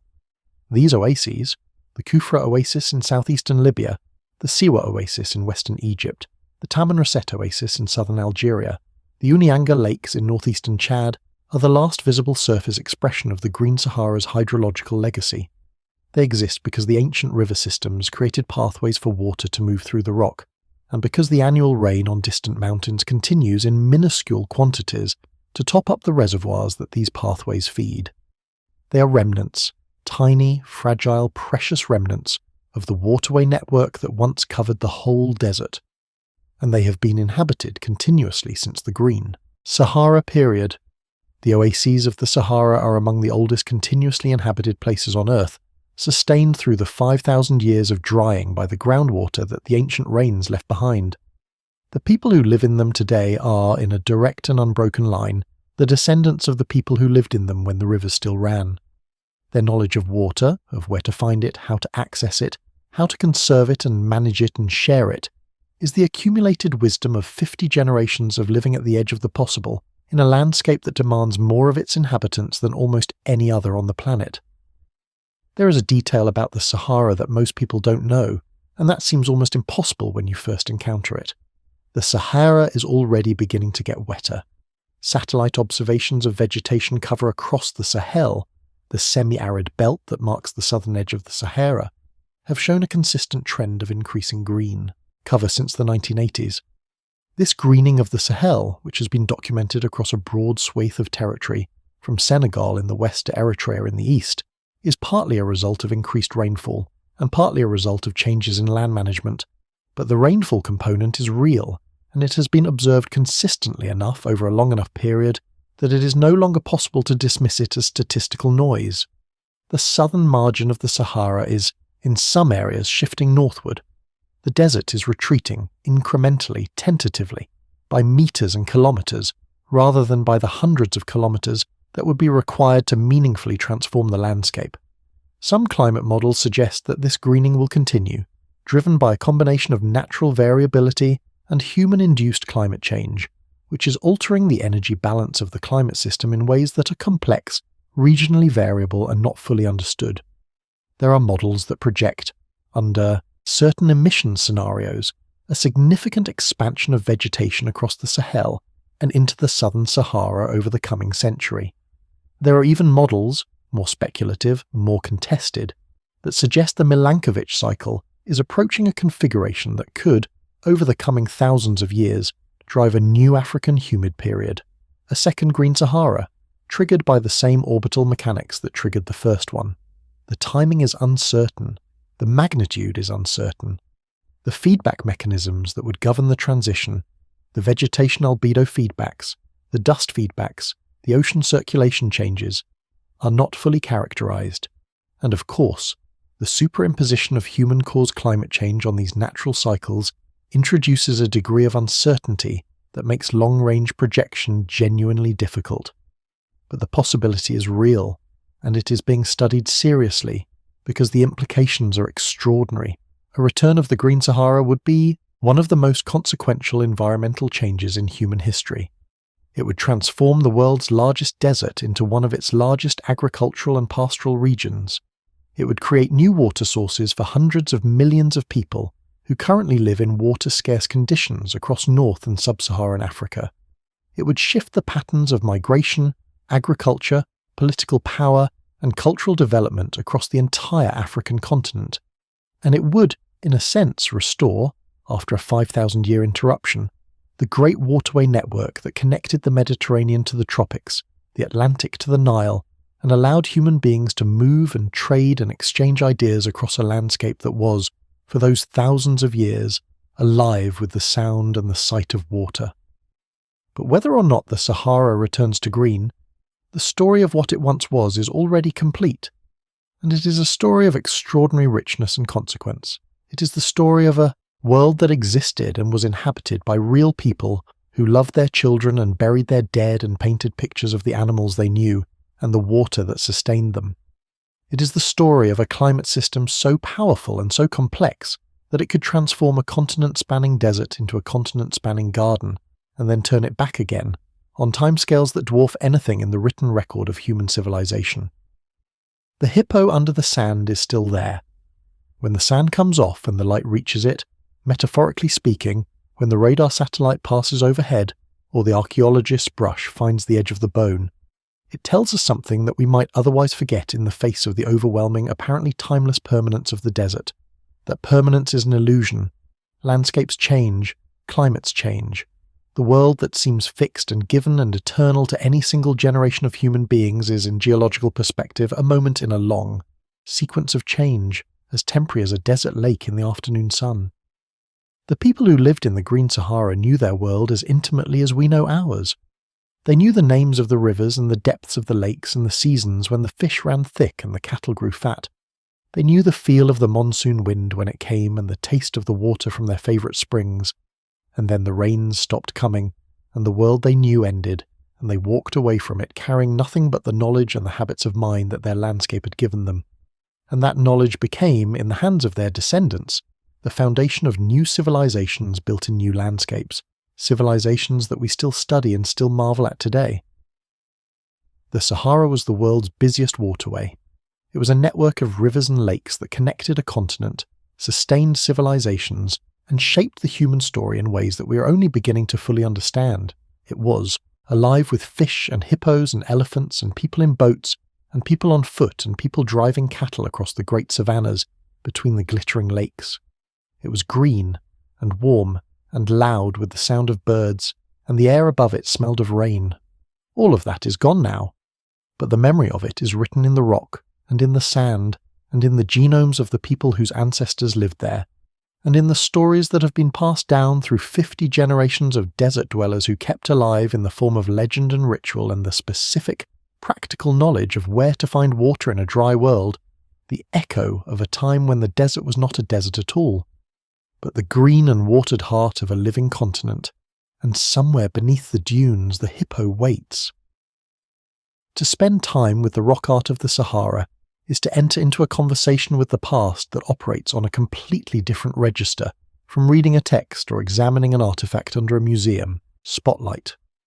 The paintings and engravings are not behind glass. They are not separated from the landscape by the mediation of a curator's label or a scholar's footnote. They are on the walls of canyons through which the wind moves, under ledges where shadows shift with the position of the sun, at the bases of boulders that have been sitting in the same spot since before the first pharaoh sat on the first throne. You look at them not in a controlled environment but in the landscape that made them, and the effect is profound in a way that reproduction on a page or a screen cannot fully replicate. Henri Lot was the first person to systematically document the art of the Tassili Naja in the 1956 expedition that became one of the great adventures of 20th century exploration. He arrived in the Tassili with a team of artists and climbers and spent more than a year in the plateau, living in the canyons, copying paintings by hand, cataloguing sites across hundreds of square kilometres of sandstone labyrinth. His account of that expedition, published as The Search for the Tassili Frescoes, is one of the most extraordinary documents in the literature of exploration, a narrative of physical hardship and intellectual revelation that captures both the difficulty of the work and the almost overwhelming emotional impact of what the team found. Lotte was not a dispassionate observer. His descriptions of the Tassili paintings have a quality of barely contained awe that modern scientific convention would require him to suppress in a journal article, but that he allowed himself in his popular account, and it is perhaps more honest for that.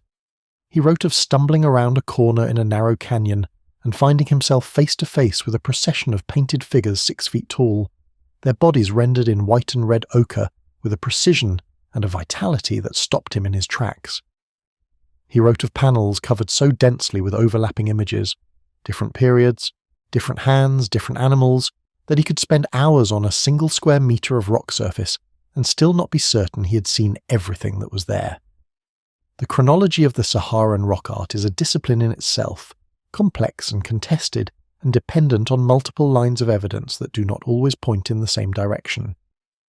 The broadest framework, established by Lotte and refined by subsequent researchers, divides the Saharan rock art tradition into a series of phases that roughly correspond to the ecological and cultural changes in the region over the past 12,000 years.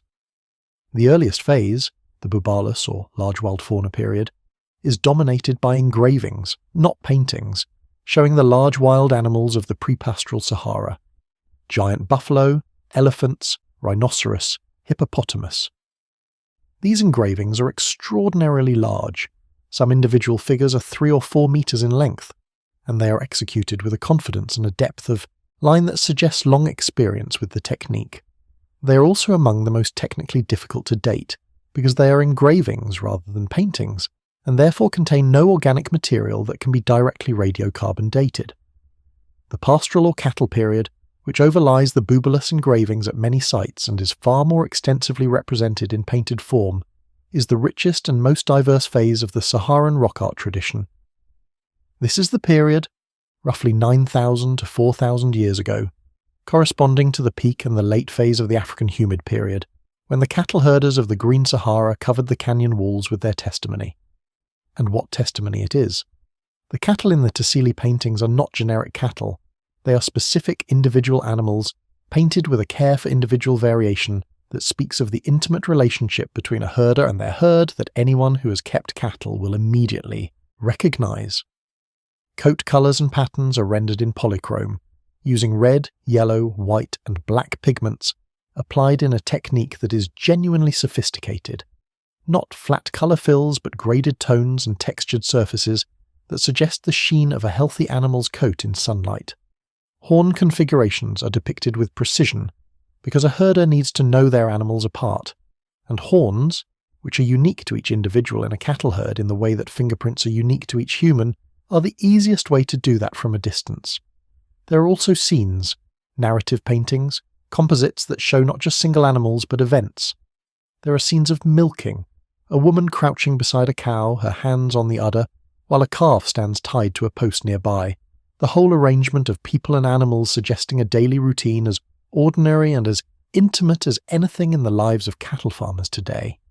There are scenes of driving cattle to water, a procession of animals and people moving toward a watering hole that is indicated sometimes by a horizontal blue or green band at the base of the composition, the only bit of blue or green in a palette that is otherwise entirely warm-toned.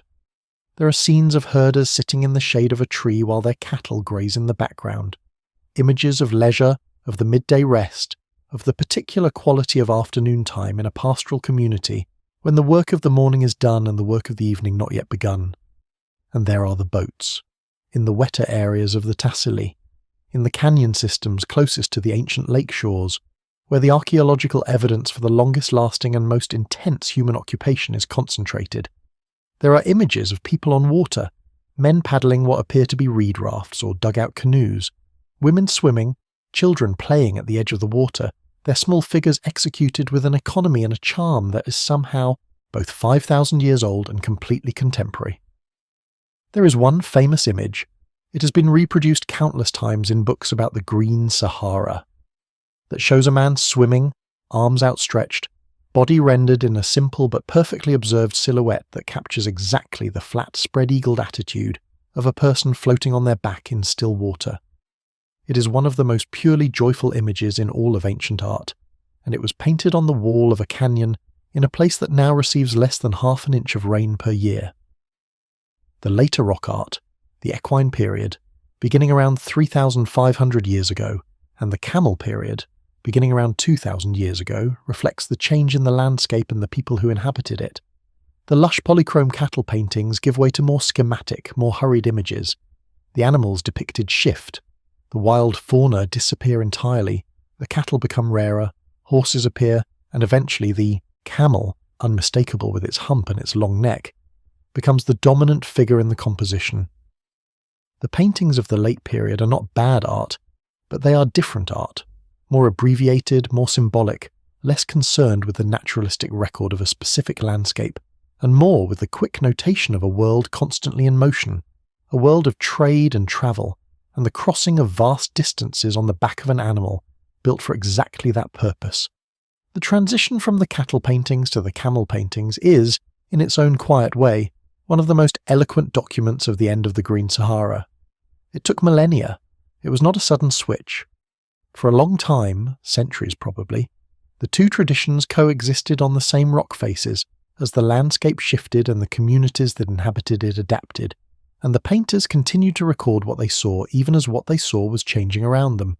But in the end, the green world was gone from the rock walls as completely as it was gone from the landscape, and in its place was the desert that we know, and the camel, which is the desert's answer to the river. In 2013, a team of archaeologists working in the Libyan Fezzan, led by David Mattingly of the University of Leicester, published findings from a series of excavations in the Merzuk Basin that added a new layer of complexity to the story of the drying Sahara. The Fezzan is one of the most archaeologically rich regions of the Sahara, a landscape of dramatic sandstone formations, ancient dunes, and scattered oases that has been inhabited continuously since at least the Neolithic period, and that was the heartland of the ancient Garamantian civilization, one of the most remarkable and least known complex societies in the ancient world. The Garamantes are mentioned by Herodotus in the 5th century BCE, who described them as a great people living in the Libyan interior, practicing agriculture in the desert by means of a technique he found mysterious. They were mentioned again by later classical writers, Pliny, Strabo, Ptolemy, always as a significant power in the Saharan interior, engaged in trade with the Mediterranean coast and sometimes in conflict with Roman forces in Libya. But they were never accorded the attention that the better-known civilizations of the ancient Mediterranean commanded, and for a long time they remained a somewhat shadowy presence in the historical record. Their exact location and the nature of their civilization uncertain. The archaeological work of the past few decades has revealed the Garamantes as a far more sophisticated civilization than the classical sources suggested. They built towns, not simple encampments but genuine urban settlements, with planned layouts, substantial stone or mud brick architecture, storage facilities, workshops, and cemeteries organized according to consistent, sophisticated funerary practices. They farmed, not just subsistence garden plots, but intensive agriculture, growing wheat, barley, olives, grapes, figs, and other crops in a landscape that receives almost no rainfall by exploiting the fossil groundwater beneath the Fezzan with a technology that is one of the engineering marvels of the ancient world. That technology is called a foggara in Arabic, elsewhere known by the Persian name Qanat, or the North African Berber term Katara, and it is a system of underground channels that taps the groundwater table far beneath the desert surface and brings it to the surface by gravity, without any need for pumps or lifting equipment. The basic principle is simple. You identify a place where the water table is relatively close to the surface, at the foot of a mountain range or in a depression where groundwater naturally collects, and you dig a shaft down to the water table. Then you dig a series of similar shafts at increasing distances from the first, each one slightly shallower than the previous, so that they are all positioned just above the water table. Then you connect all the shafts at their bases with a horizontal tunnel, and the water flows along this tunnel, guided by the very gentle downward slope of the channel, until it emerges at the surface at the far end of the system, where it can be directed into irrigation channels and distributed across the fields. To build such a system in a desert, to identify the location of the water table, to dig shafts and horizontal tunnels through rock and sediment without modern drilling equipment, to construct and maintain a network of channels that might extend for tens of kilometers underground, requires an extraordinary level of engineering knowledge, organizational capacity, and long-term planning. The Garamanti built not just individual foggaras, but networks of them, collectively totaling hundreds of kilometers of underground channels across the Fezzan. Their system represents one of the largest and most sophisticated water engineering projects in the pre-industrial world, and it sustained a civilization in the middle of the Sahara for more than 1,000 years. But the Garamants did not invent the foggara from nothing. Their water engineering tradition was built on a much older foundation of knowledge about Saharan hydrology, knowledge about where the water sat below the surface, how it moved through the rock and how to access it, that had been accumulating since the drying of the Sahara began. The Garamantes were the inheritors of the Green Sahara's refugees, the people who had stayed in the Fezzan as the lakes dried and the rivers stopped flowing, gradually developing the techniques that would allow them to continue living in a landscape that was becoming, year by year, less willing to sustain life on the surface. The Garamantian civilization reached its peak roughly 2,000 years ago in the early centuries of the Common Era, when it controlled the central trans-Saharan trade routes and served as the commercial intermediary between the Mediterranean world of Rome and the sub-Saharan world of West and Central Africa. Garamantian goods, exotic animals destined for the Roman arena, enslaved people captured in raids or purchased from southern trading partners, gold and ivory. Moved northward through the Fezzan and across the Libyan desert to the Roman ports of Tripolitania. Roman luxury goods, fine ceramics, glass, olive oil, wine, moved southward in return. The Garamantes were not passengers on the trans-Saharan trade routes. They were the operators of those routes, the people who knew the desert well enough to cross it safely, who controlled the water sources along the way, and who had the organizational structure to manage commerce on a continental scale. Their civilization collapsed, eventually, not because of military conquest, though the Romans did fight them on several occasions, but because their water ran out. The foggaras, which had been tapping the fossil groundwater beneath the Fezzan for centuries, gradually excavated through the aquifer system and found diminishing returns. The water table dropped as more water was extracted than was naturally recharged. The shallow channels that had once reached water reliably needed to be dug deeper, then deeper again, until the labour of maintaining them outweighed the water they produced. By the 4th or 5th century CE, the intensive agriculture that had sustained the Garamantian towns was no longer viable, and the population that had built one of the ancient world's most remarkable desert civilizations dispersed, some to other oases, some to the Mediterranean coast, some into the depths of the desert to join the nomadic communities that were the Sahara's most adaptable and most durable inhabitants. The Garamantes left behind their fogaras, hundreds of kilometers of hand-dug underground channels, still visible from the air as chains of circular pits in the desert surface, the collapsed and wind-filled remains of the ventilation shafts that connected the tunnels to the surface. They left behind their towns, their cemeteries, their painted pottery, their inscriptions in an ancient Libyan alphabet that is the ancestor of the Tifinagh script still used by the Tuareg today, and they left behind, in the collective memory of the people who came after them, the knowledge that the Sahara had once been inhabited far more densely than it was, and that the desert's aridity was a condition imposed upon a landscape that had, once, been capable of sustaining far more than it now could. Among all the peoples who live in and around the Sahara today, none carries the weight of the desert's history more visibly than the Tuareg. Their territory spans the central Sahara, the Air Massif in Niger, the Ahaga and Tassili in Algeria, the Adrar des Iforas in Mali, the Tenere in eastern Niger, and a dozen other mountain ranges, desert plateaus and seasonal pasture lands that collectively make up the heartland of the ancient green world. They are a Berber people, speaking a Berber language called Tamashek, using a writing system, Tifinagh, that is one of the oldest alphabets in the world, derived from the ancient Libyan script of the Garamantian period.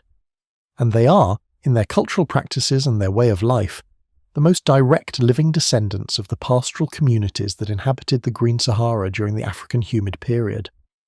The Tuareg traditionally organised their society around the camel and the pastoralist life, moving their herds of camels, goats and cattle seasonally across the vast interior of the Sahara, following the rains and the pasture, camping at wells and oases during the dry season, dispersing across the desert in the months when some rainfall could be expected to sustain temporary grazing. This way of life is exactly the adaptation that the Green Sahara refugees had been forced to develop as the lakes dried and the rivers stopped flowing. A mobile, flexible, water-conscious way of living that could sustain itself in a landscape where water was scarce, dispersed, and unpredictable. The Tuareg knowledge of water is legendary among Saharan travellers. The ability to find water in a desert, where no surface water is visible to the untrained eye, to read the landscape for the signs of underground moisture, to identify the particular species of desert plant that indicates a shallow water table, to know which dry wadi beds conceal water a few feet below the surface and which are genuinely dry to bedrock, is a form of expertise that is acquired over a lifetime and transmitted from generation to generation, with the same care that a craftsman transmits the secrets of their trade to an apprentice. It is practical knowledge, honed and tested and refined over centuries of desert life, but it is also something more than practical. It is an intimate understanding of the landscape, a relationship with the desert that has a quality of knowledge so deep it becomes almost spiritual. The Tuareg also preserve, in their traditions and their oral literature, fragments of a memory of a different world, a greener, wetter world that existed before the desert took its current form. Their poetry, and the Tuareg have a rich poetic tradition, elaborate and formally demanding, composed and performed by both men and women, contains recurring images of water, of rivers in flood, of rain on the mountains, of the sound of frogs after the rains come. These are not images drawn from the experience of living in the modern Sahara, where frogs are a rarity and rivers in flood are a crisis rather than a joy. They are images that have the quality of inherited memory, passed down through a cultural tradition so long and so continuous that it carries, encoded in its metaphors and its emotional associations, the echo of a landscape that no living person has seen. The Tuareg name for the Ahaga Mountains is Atakor, and in their oral tradition these mountains are described as a place of ancient power, a centre of the world where the first Tuareg people lived and where the spirits of the desert have their dwelling. The Ahaga is, geologically, one of the oldest and most geologically complex landscapes in the Sahara, a shield of ancient crystalline rock worn to dramatic shapes by millions of years of erosion, rising to over 3,000 metres at its highest points, and supporting, even today, a relict vegetation of ancient Mediterranean-type trees that survive in sheltered canyons where some moisture reaches them. During the African humid period, the Ahaga was not just a spiritual centre, it was a physical one, the source of the rivers that drained southward through the Tamanrasset system and northward toward the Mediterranean, the rain-gathering highland that sustained the great waterway network of the Green Sahara. When the Tuareg poets sing of the Ahaga as the centre of the world, they are, without knowing it in any literal sense, encoding a geological truth. The Ahaga was the centre of the Green Sahara's hydrological world. And the people who lived in its shadow when it was the source of great rivers passed down, through their descendants and their cultural traditions and their poetry, a sense of its centrality and its power that has persisted, transformed but recognisable into the present day. The Sahara is not merely a passive feature of the Earth's landscape, it is an active participant in the global climate system, and its influence extends far beyond its own borders in ways that are both surprising and consequential. The most dramatic of these influences is dust. The billions of tons of fine mineral particles that the Saharan winds lift from the desert surface each year and carry across the Atlantic Ocean to nourish the ecosystems of the Caribbean, the Amazon, and beyond. It is estimated that the Sahara generates somewhere between 400 million and 700 million metric tons of mineral dust per year, though the figure varies enormously from year to year depending on rainfall and wind patterns. This dust, lifted by convective storms and the fierce surface winds that build up in the absence of any vegetation to slow them, rises into the upper atmosphere in plumes that can be seen from space as orange-brown haze spreading westward from the African coast across the Atlantic. Satellite imagery of these plumes, which are most common in summer when the Saharan heat is most intense, shows them extending all the way from the African coast to the Caribbean islands and the Florida coast, a journey of over 8,000 kilometers across open ocean. When this dust settles out over the Amazon basin, which it does, in quantities estimated at around 28 million metric tons per year, it carries with it a cargo of mineral nutrients, particularly phosphorus, that the Amazon rainforest ecosystem depends upon. The Amazon soils, despite supporting one of the most productive and diverse ecosystems on Earth, are notoriously poor in certain key minerals that are rapidly washed away by the intense tropical rains. The Saharan dust supplements these depleted soils with fresh mineral inputs, effectively replacing the nutrients that the rains carry away and sustaining the extraordinary biological productivity of the forest. This means, in the most literal and startling sense, that the existence of the Amazon rainforest is partly dependent on the existence of the Sahara Desert. If the Sahara were green, as it was during the African humid period, it would not generate the dust that fertilizes the Amazon. A green Sahara produces far less dust than a desert Sahara, because vegetation binds the soil surface and prevents the wind from picking up mineral particles. During the African humid period, Saharan dust transport to the Amazon was drastically reduced from modern levels, and the Amazon ecosystem would have been sustained by whatever alternative nutrient sources were available, perhaps greater inputs from the Andes in the form of sediment carried by the great South American rivers, perhaps a somewhat different ecosystem structure adapted to lower phosphorus inputs. The Saharan dust also fertilizes the Atlantic Ocean. When the dust settles over the open Atlantic, it carries iron and other micronutrients that are limiting factors for the growth of phytoplankton, the microscopic photosynthetic organisms that form the base of the marine food web. In iron-poor ocean regions like the tropical and subtropical Atlantic, the arrival of Saharan dust triggers blooms of phytoplankton that support the entire overlying food web, from zooplankton to fish to marine mammals and seabirds. The productivity of Atlantic fisheries is, to a degree that is still being quantified, dependent on the nutrient inputs from Saharan dust, which is to say, dependent on the existence of the Sahara as a desert, rather than as the green landscape it once was. This web of global ecological dependencies, the Sahara feeding the Amazon, the Sahara feeding the Atlantic, the Sahara's dust affecting the climate of distant continents through its effects on ocean biology and cloud formation, is one of the most dramatic examples of what ecologists call teleconnections, ecological and climatic links that operate across distances so great that the cause and the effect seem to have no obvious relationship.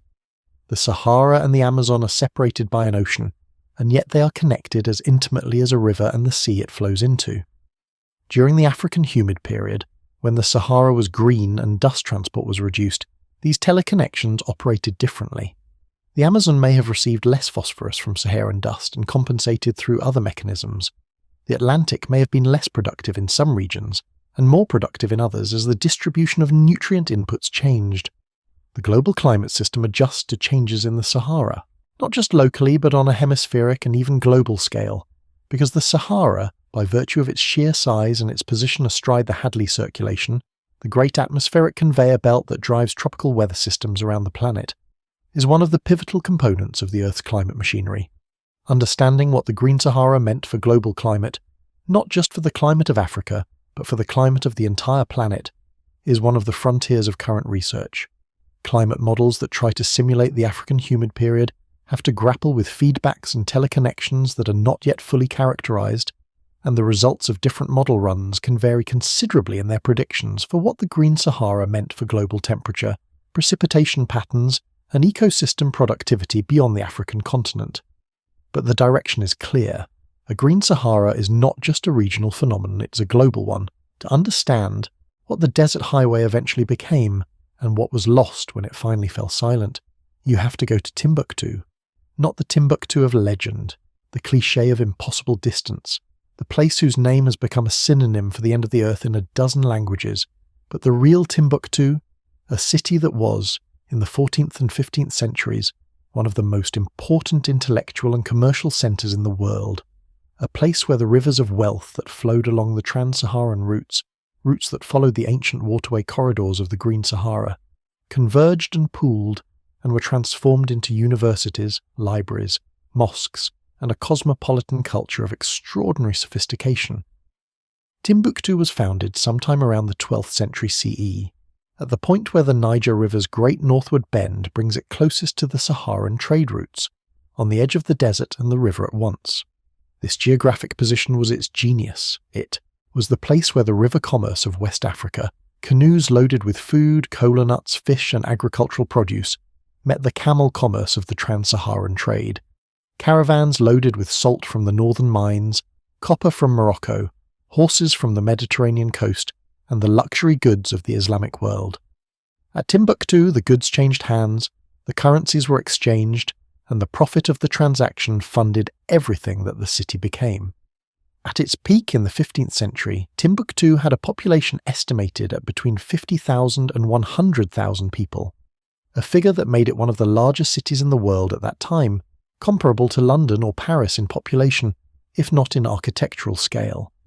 It had 3 great mosques, Djingareba, Sankore and Sidi Yahia, which were also universities, attended by as many as 25,000 students from across the Islamic world. Its scholars produced tens of thousands of manuscripts on subjects ranging from astronomy and mathematics to Islamic law and history to poetry and music theory. Private libraries in Timbuktu held collections of manuscripts numbering in the thousands, accumulated over generations by scholarly families who traded in knowledge as assiduously as their merchant neighbours traded in gold and salt. The wealth that sustained all of this came from the desert highway. The gold of the Western Sudan, mined in the Bambouk and Bua goldfields south of Timbuktu and brought northward by canoe and portage to the city, was the commodity that the Islamic world and, through the Islamic world, the European world most desperately needed. The expanding monetary economies of the Mediterranean, the Middle East, and ultimately Europe could not function without gold, and the gold of West Africa was for several centuries the primary source of new gold entering the global monetary system. When European minters struck gold coins in the 13th, 14th, and 15th centuries, the florin, the ducat, the pound sterling in its original gold form, a significant portion of that gold had begun its journey in the mines of the Western Sudan, travelled by canoe to Timbuktu, been loaded onto camels for the desert crossing, arrived at the North African coast, crossed the Mediterranean by ship, and been refined and minted in the ateliers of Italian and English goldsmiths. This was the desert highway in its final and most fully realised form, a commercial system of global scope, connecting the economies of sub-Saharan Africa to the economies of the wider world through the medium of the camel and the desert route. It was not the waterway of the Green Sahara. It was something built on the memory of that waterway, using the same corridors, the same oases, the same geographical logic of north-south movement across the great interior, but adapted for the desert conditions that had replaced the rivers and lakes of the ancient world. And it ended. Not all at once. These things never do. But within a period of a few decades in the late 15th and early 16th centuries, the trans-Saharan trade system began to collapse. The Portuguese, who had been steadily developing maritime routes along the West African coast since the early 15th century, reached the Gulf of Guinea in 1471 and established direct sea trade with the gold-producing regions of West Africa, bypassing the Saharan Desert route entirely. The sea route was faster, cheaper, and not subject to the political instabilities of the desert, the Tuareg raids, the shifting allegiances of the oasis cities, the complex negotiations required to move goods safely across thousands of kilometers of tribal territory. Within a generation, the maritime trade had siphoned off so much of the traffic that the desert routes began to atrophy. The Moroccan invasion of the Songhai Empire in 1591, a brutal military campaign that crossed the Sahara, with an army equipped with firearms destroying the Songhai state and disrupting the political order that had maintained the trans-Saharan routes for centuries, was the final blow. Timbuktu fell to the Moroccan forces and was looted and its scholars dispersed. The commercial networks that had sustained it never recovered their previous vitality. The great libraries were hidden, buried, scattered. The manuscripts that recorded the intellectual life of the Sahelian cities were wrapped in cloth and leather and concealed in cellars and wall cavities, where many of them remained for centuries, slowly deteriorating in the heat and the damp of the rainy season, waiting for a future in which they would be rediscovered and painstakingly restored. The silence that fell over Timbuktu in the 17th and 18th centuries, and over the desert routes more broadly, was the silence of an ending. The great highway across the Sahara, in all its successive forms, first the Waterway, of the Green Sahara, then the camel route of the medieval trade, had come to its end. What remained was the desert itself, vast and indifferent, and the communities that had survived within it, the oasis towns, the nomadic pastoralists, the ancient knowledge of water and root and sky that had sustained human life in this landscape for 10,000 years and continued to do so, quietly and without celebration, in the centuries that followed. And yet the story is not finished. The Sahara is not a fixed and permanent feature of the Earth's landscape. It never has been, and the processes that have shaped it over the past 12,000 years continue to operate, pressing the system, slowly and incrementally, in directions that are not yet fully clear but that are beginning to be legible to the scientists who study them. The Sahel greening, the northward shift of vegetation, cover across the southern margin of the Sahara that satellite observations have documented since the 1980s, is one of the most frequently cited pieces of evidence for a changing desert. The trend is real and has been confirmed by multiple independent datasets, though its causes are debated. In some areas, it appears to be driven primarily by increased rainfall, genuine climate change, a strengthening of the West African monsoon that is bringing more precipitation to the semi-arid belt. In other areas, the greening is more closely correlated with changes in land use, the abandonment of degraded agricultural land, the adoption of traditional land management practices that allow vegetation to recover, and may not necessarily indicate a change in rainfall patterns. But in the context of the longer story we have been tracing here, the story of a Sahara that was green and then was desert and may become green again, the Sahel greening takes on a different significance.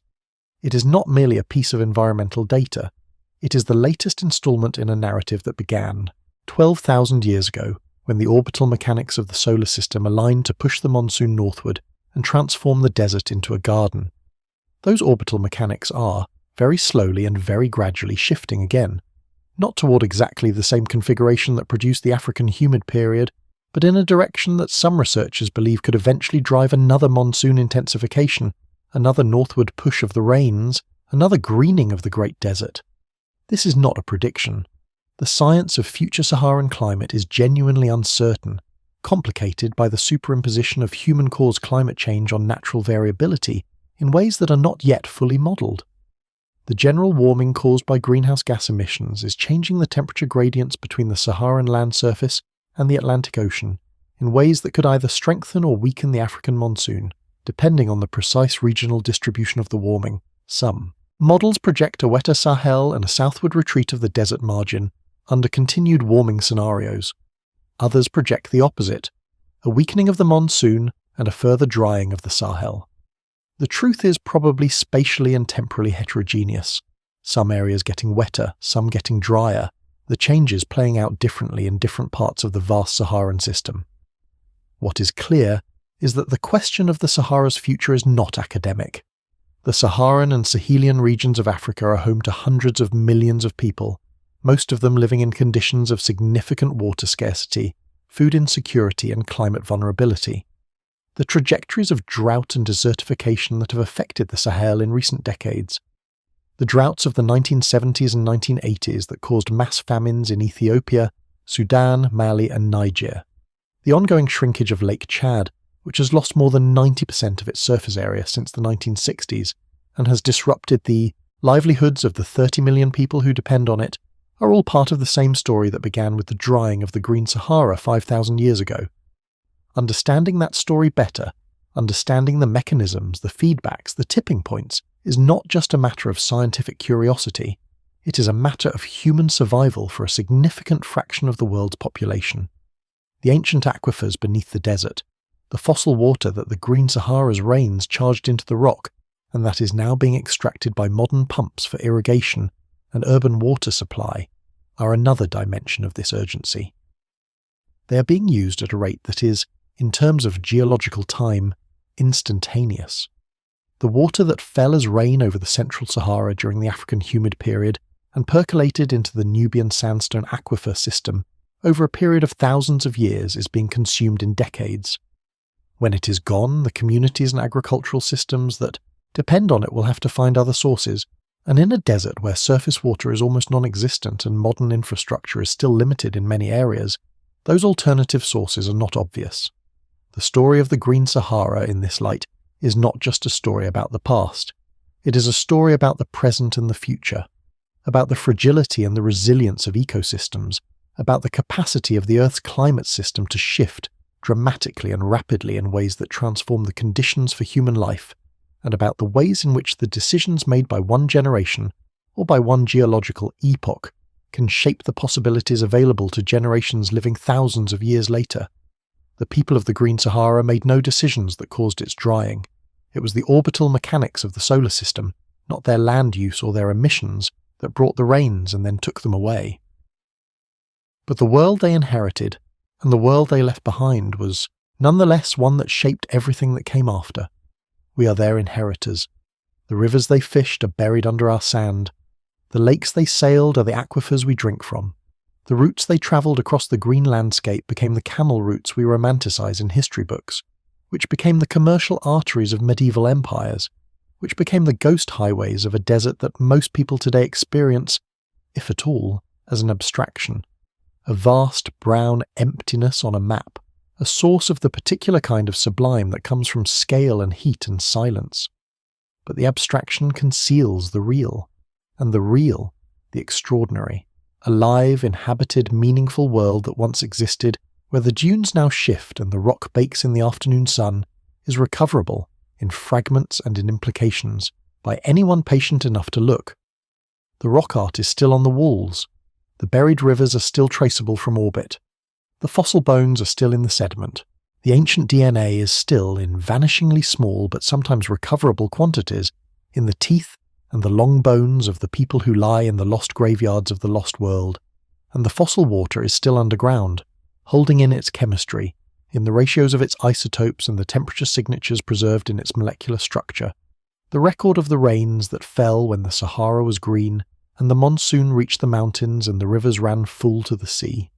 The hippo is still under the sand, and we are only just beginning to learn how to listen to what it is trying to tell us.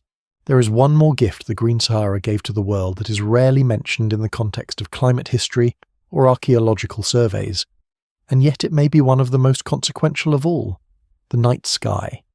In the open desert, far from any city, on a moonless night, the Milky Way is not a vague smear of light in a direction where the sky seems slightly brighter than elsewhere. It is a structure, a thing with depth and texture and detail that is breathtaking, even to a modern person who knows exactly what they are looking at and can explain it in terms of stellar populations and galactic geometry. It is a band of tens of thousands of individually resolved stars, overlaid with clouds of luminous gas and bisected by dark lanes of dust, arching from horizon to horizon with a clarity that makes the word star seem like the thinnest possible description for the objects it names. The people of the Green Sahara lived under this sky every night of their lives, from birth to death. They slept under a canopy of stars that was unobscured by any artificial light, unmuted by any urban haze, incomparably detailed in its complexity and its beauty. And they were not passive observers. They were close observers, because the stars told them things they needed to know: when to expect the rains, when to begin the seasonal migration, when the rivers would be at their highest, when the harvest should be gathered. Astronomy, the careful, systematic observation of the sky, and the development of a predictive framework for understanding what the sky's changes meant, began, everywhere in the ancient world, as a practical necessity before it became anything else. There is evidence, in the rock art of the Sahara, of astronomical awareness that extends beyond simple practical observation. Certain paintings show figures with their arms raised toward what appear to be stellar configurations. Certain engravings include dot patterns that some researchers have interpreted as representations of specific star clusters, the Pleiades, the Belt of Orion, which were of particular practical significance for agricultural and pastoral calendars in the ancient world. Whether these interpretations are correct is a matter of ongoing debate among archaeologists and astronomers, and the evidence is not conclusive in the way that, say, the bones of hippos under the sand are conclusive. But what is not debatable is that the communities of the Green Sahara, like pastoral and agricultural communities everywhere in the ancient world, developed sophisticated knowledge of the sky's patterns and used that knowledge to organize their lives. The calendar they used, based not on written records but on the accumulated observational tradition of generations of skywatchers, encoded in the myths and ritual practices that governed the timing of seasonal activities, was itself a technology, as practical and as carefully maintained as the bone harpoon or the pottery, kiln. When the Sahara dried and the Green Sahara communities dispersed into new landscapes, they took this astronomical knowledge with them. Some of it appears to have contributed to the development of Egyptian and broader North African astronomical traditions. The Egyptian calendar, which was one of the most precisely calibrated in the ancient world, incorporated observations of specific stars, most famously Sirius, whose heliacal rising marked the beginning of the annual Nile flood, that have parallels in the rock art and the material culture of the Saharan pastoral period. The alignment of certain important Egyptian monuments with specific astronomical events has been noted by researchers, and, while the direct connection between Saharan astronomical practices and Egyptian monumental astronomy is difficult to establish with certainty, the circumstantial evidence for a relationship is substantial. And then there is this. In the eastern Sahara, near the modern Egyptian-Sudanese border, there is a site called Nabta Playa. It is a shallow lake basin, today of course completely dry, that was occupied by pastoral communities during the African humid period, when it held a seasonal lake that filled with monsoon rain each summer and provided water and pasture for the cattle herders of the eastern Sahara. The site has been excavated by a team led by Fred Wendorf and his colleagues over several decades, and it has produced an extraordinary range of evidence for the complexity of the pastoral communities that lived there. Cattle bones, pottery, hearths, middens, evidence of semi-permanent settlement rather than simple nomadic camping. But the most remarkable feature of Nabta Playa is a circle of stones, not a modest ring of pebbles, but a carefully constructed megalithic calendar, 6 pairs of upright stones arranged in a circle about 4 meters in diameter, positioned with deliberate precision. When Fred Wendorf's team analysed the alignments of the stone pairs, they found that they were oriented towards specific astronomical events as they would have appeared on the horizon at Nabta Playa around 6,000 years ago: the summer solstice, the position of certain bright stars on the horizon at significant seasons. The construction was apparently designed to function as a calendrical instrument, a way of tracking the passage of the year by observing which stone pair aligned with the sun or a particular star at sunrise or sunset on specific days. Nabta Playa's stone circle is older than Stonehenge. It was built by pastoral communities in the eastern Sahara during the late African humid period, when the lake was still seasonally full, and the cattle herders of the region were beginning to feel the pressure of the slow drying that would eventually drive them from this landscape entirely. It is a monument to their sophistication, their long-term planning, their need to track time across seasons and years, and it is also, in its way, a monument to the world they were about to lose, an act of precision and care in a landscape that was becoming less and less forgiving of imprecision and carelessness. The stone circle at Nabta Playa is still there. It sits in an empty basin in the eastern Saharan desert, far from any road, under a sky that is still, on moonless nights, one of the darkest and most star-filled in the world. The lake it once overlooked has been dry for 5,000 years. The cattle that were herded around it are long dead. The people who built it are dust. But the stones remain, pointing at the sky with the precision they were given by hands that understood the sky's patterns, in a world where that understanding was the difference between life and death. Every landscape carries within it the memory of all the landscapes it has been. The Sahara is no different from any other place in this regard. It simply carries its memories more vividly, more accessibly, more poignantly, because the dryness that makes it a desert is also the condition that best preserves the evidence of what it used to be. The bones don't rot, the paintings don't wash away, the river channels don't erode further, because there is no water to erode them. The fossils stay in the rock, the isotopes stay in the water, the messages in 100 different materials and at 100 different scales wait patiently in the dark for the flashlight, the drill bit, the satellite's radar pulse, the curious scientist's eye.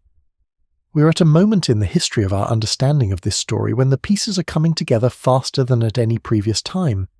New techniques for extracting and analysing ancient DNA are revealing the genetic histories of populations who lived and moved across the Green Sahara in ways that were unimaginable a decade ago. New climate models with finer resolution are reproducing the patterns of the African humid period with increasing accuracy and beginning to shed light on the mechanisms that drove both its onset and its end. New satellite datasets are extending the mapping of the paleo-channel systems to regions that were previously inaccessible, tracing the ancient river networks beneath the sand with ever greater precision.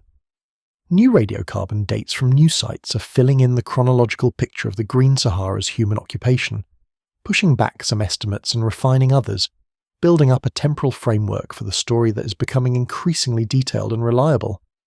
And new conversations are being had between climate scientists and archaeologists, between hydrologists and historians, between geneticists and anthropologists, that are allowing the different strands of evidence to be woven together into a narrative more coherent and more comprehensive than any single discipline could construct on its own.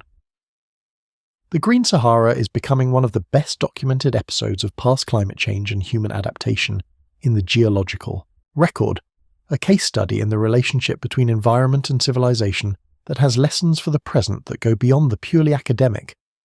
Those lessons are not simple or easily summarized.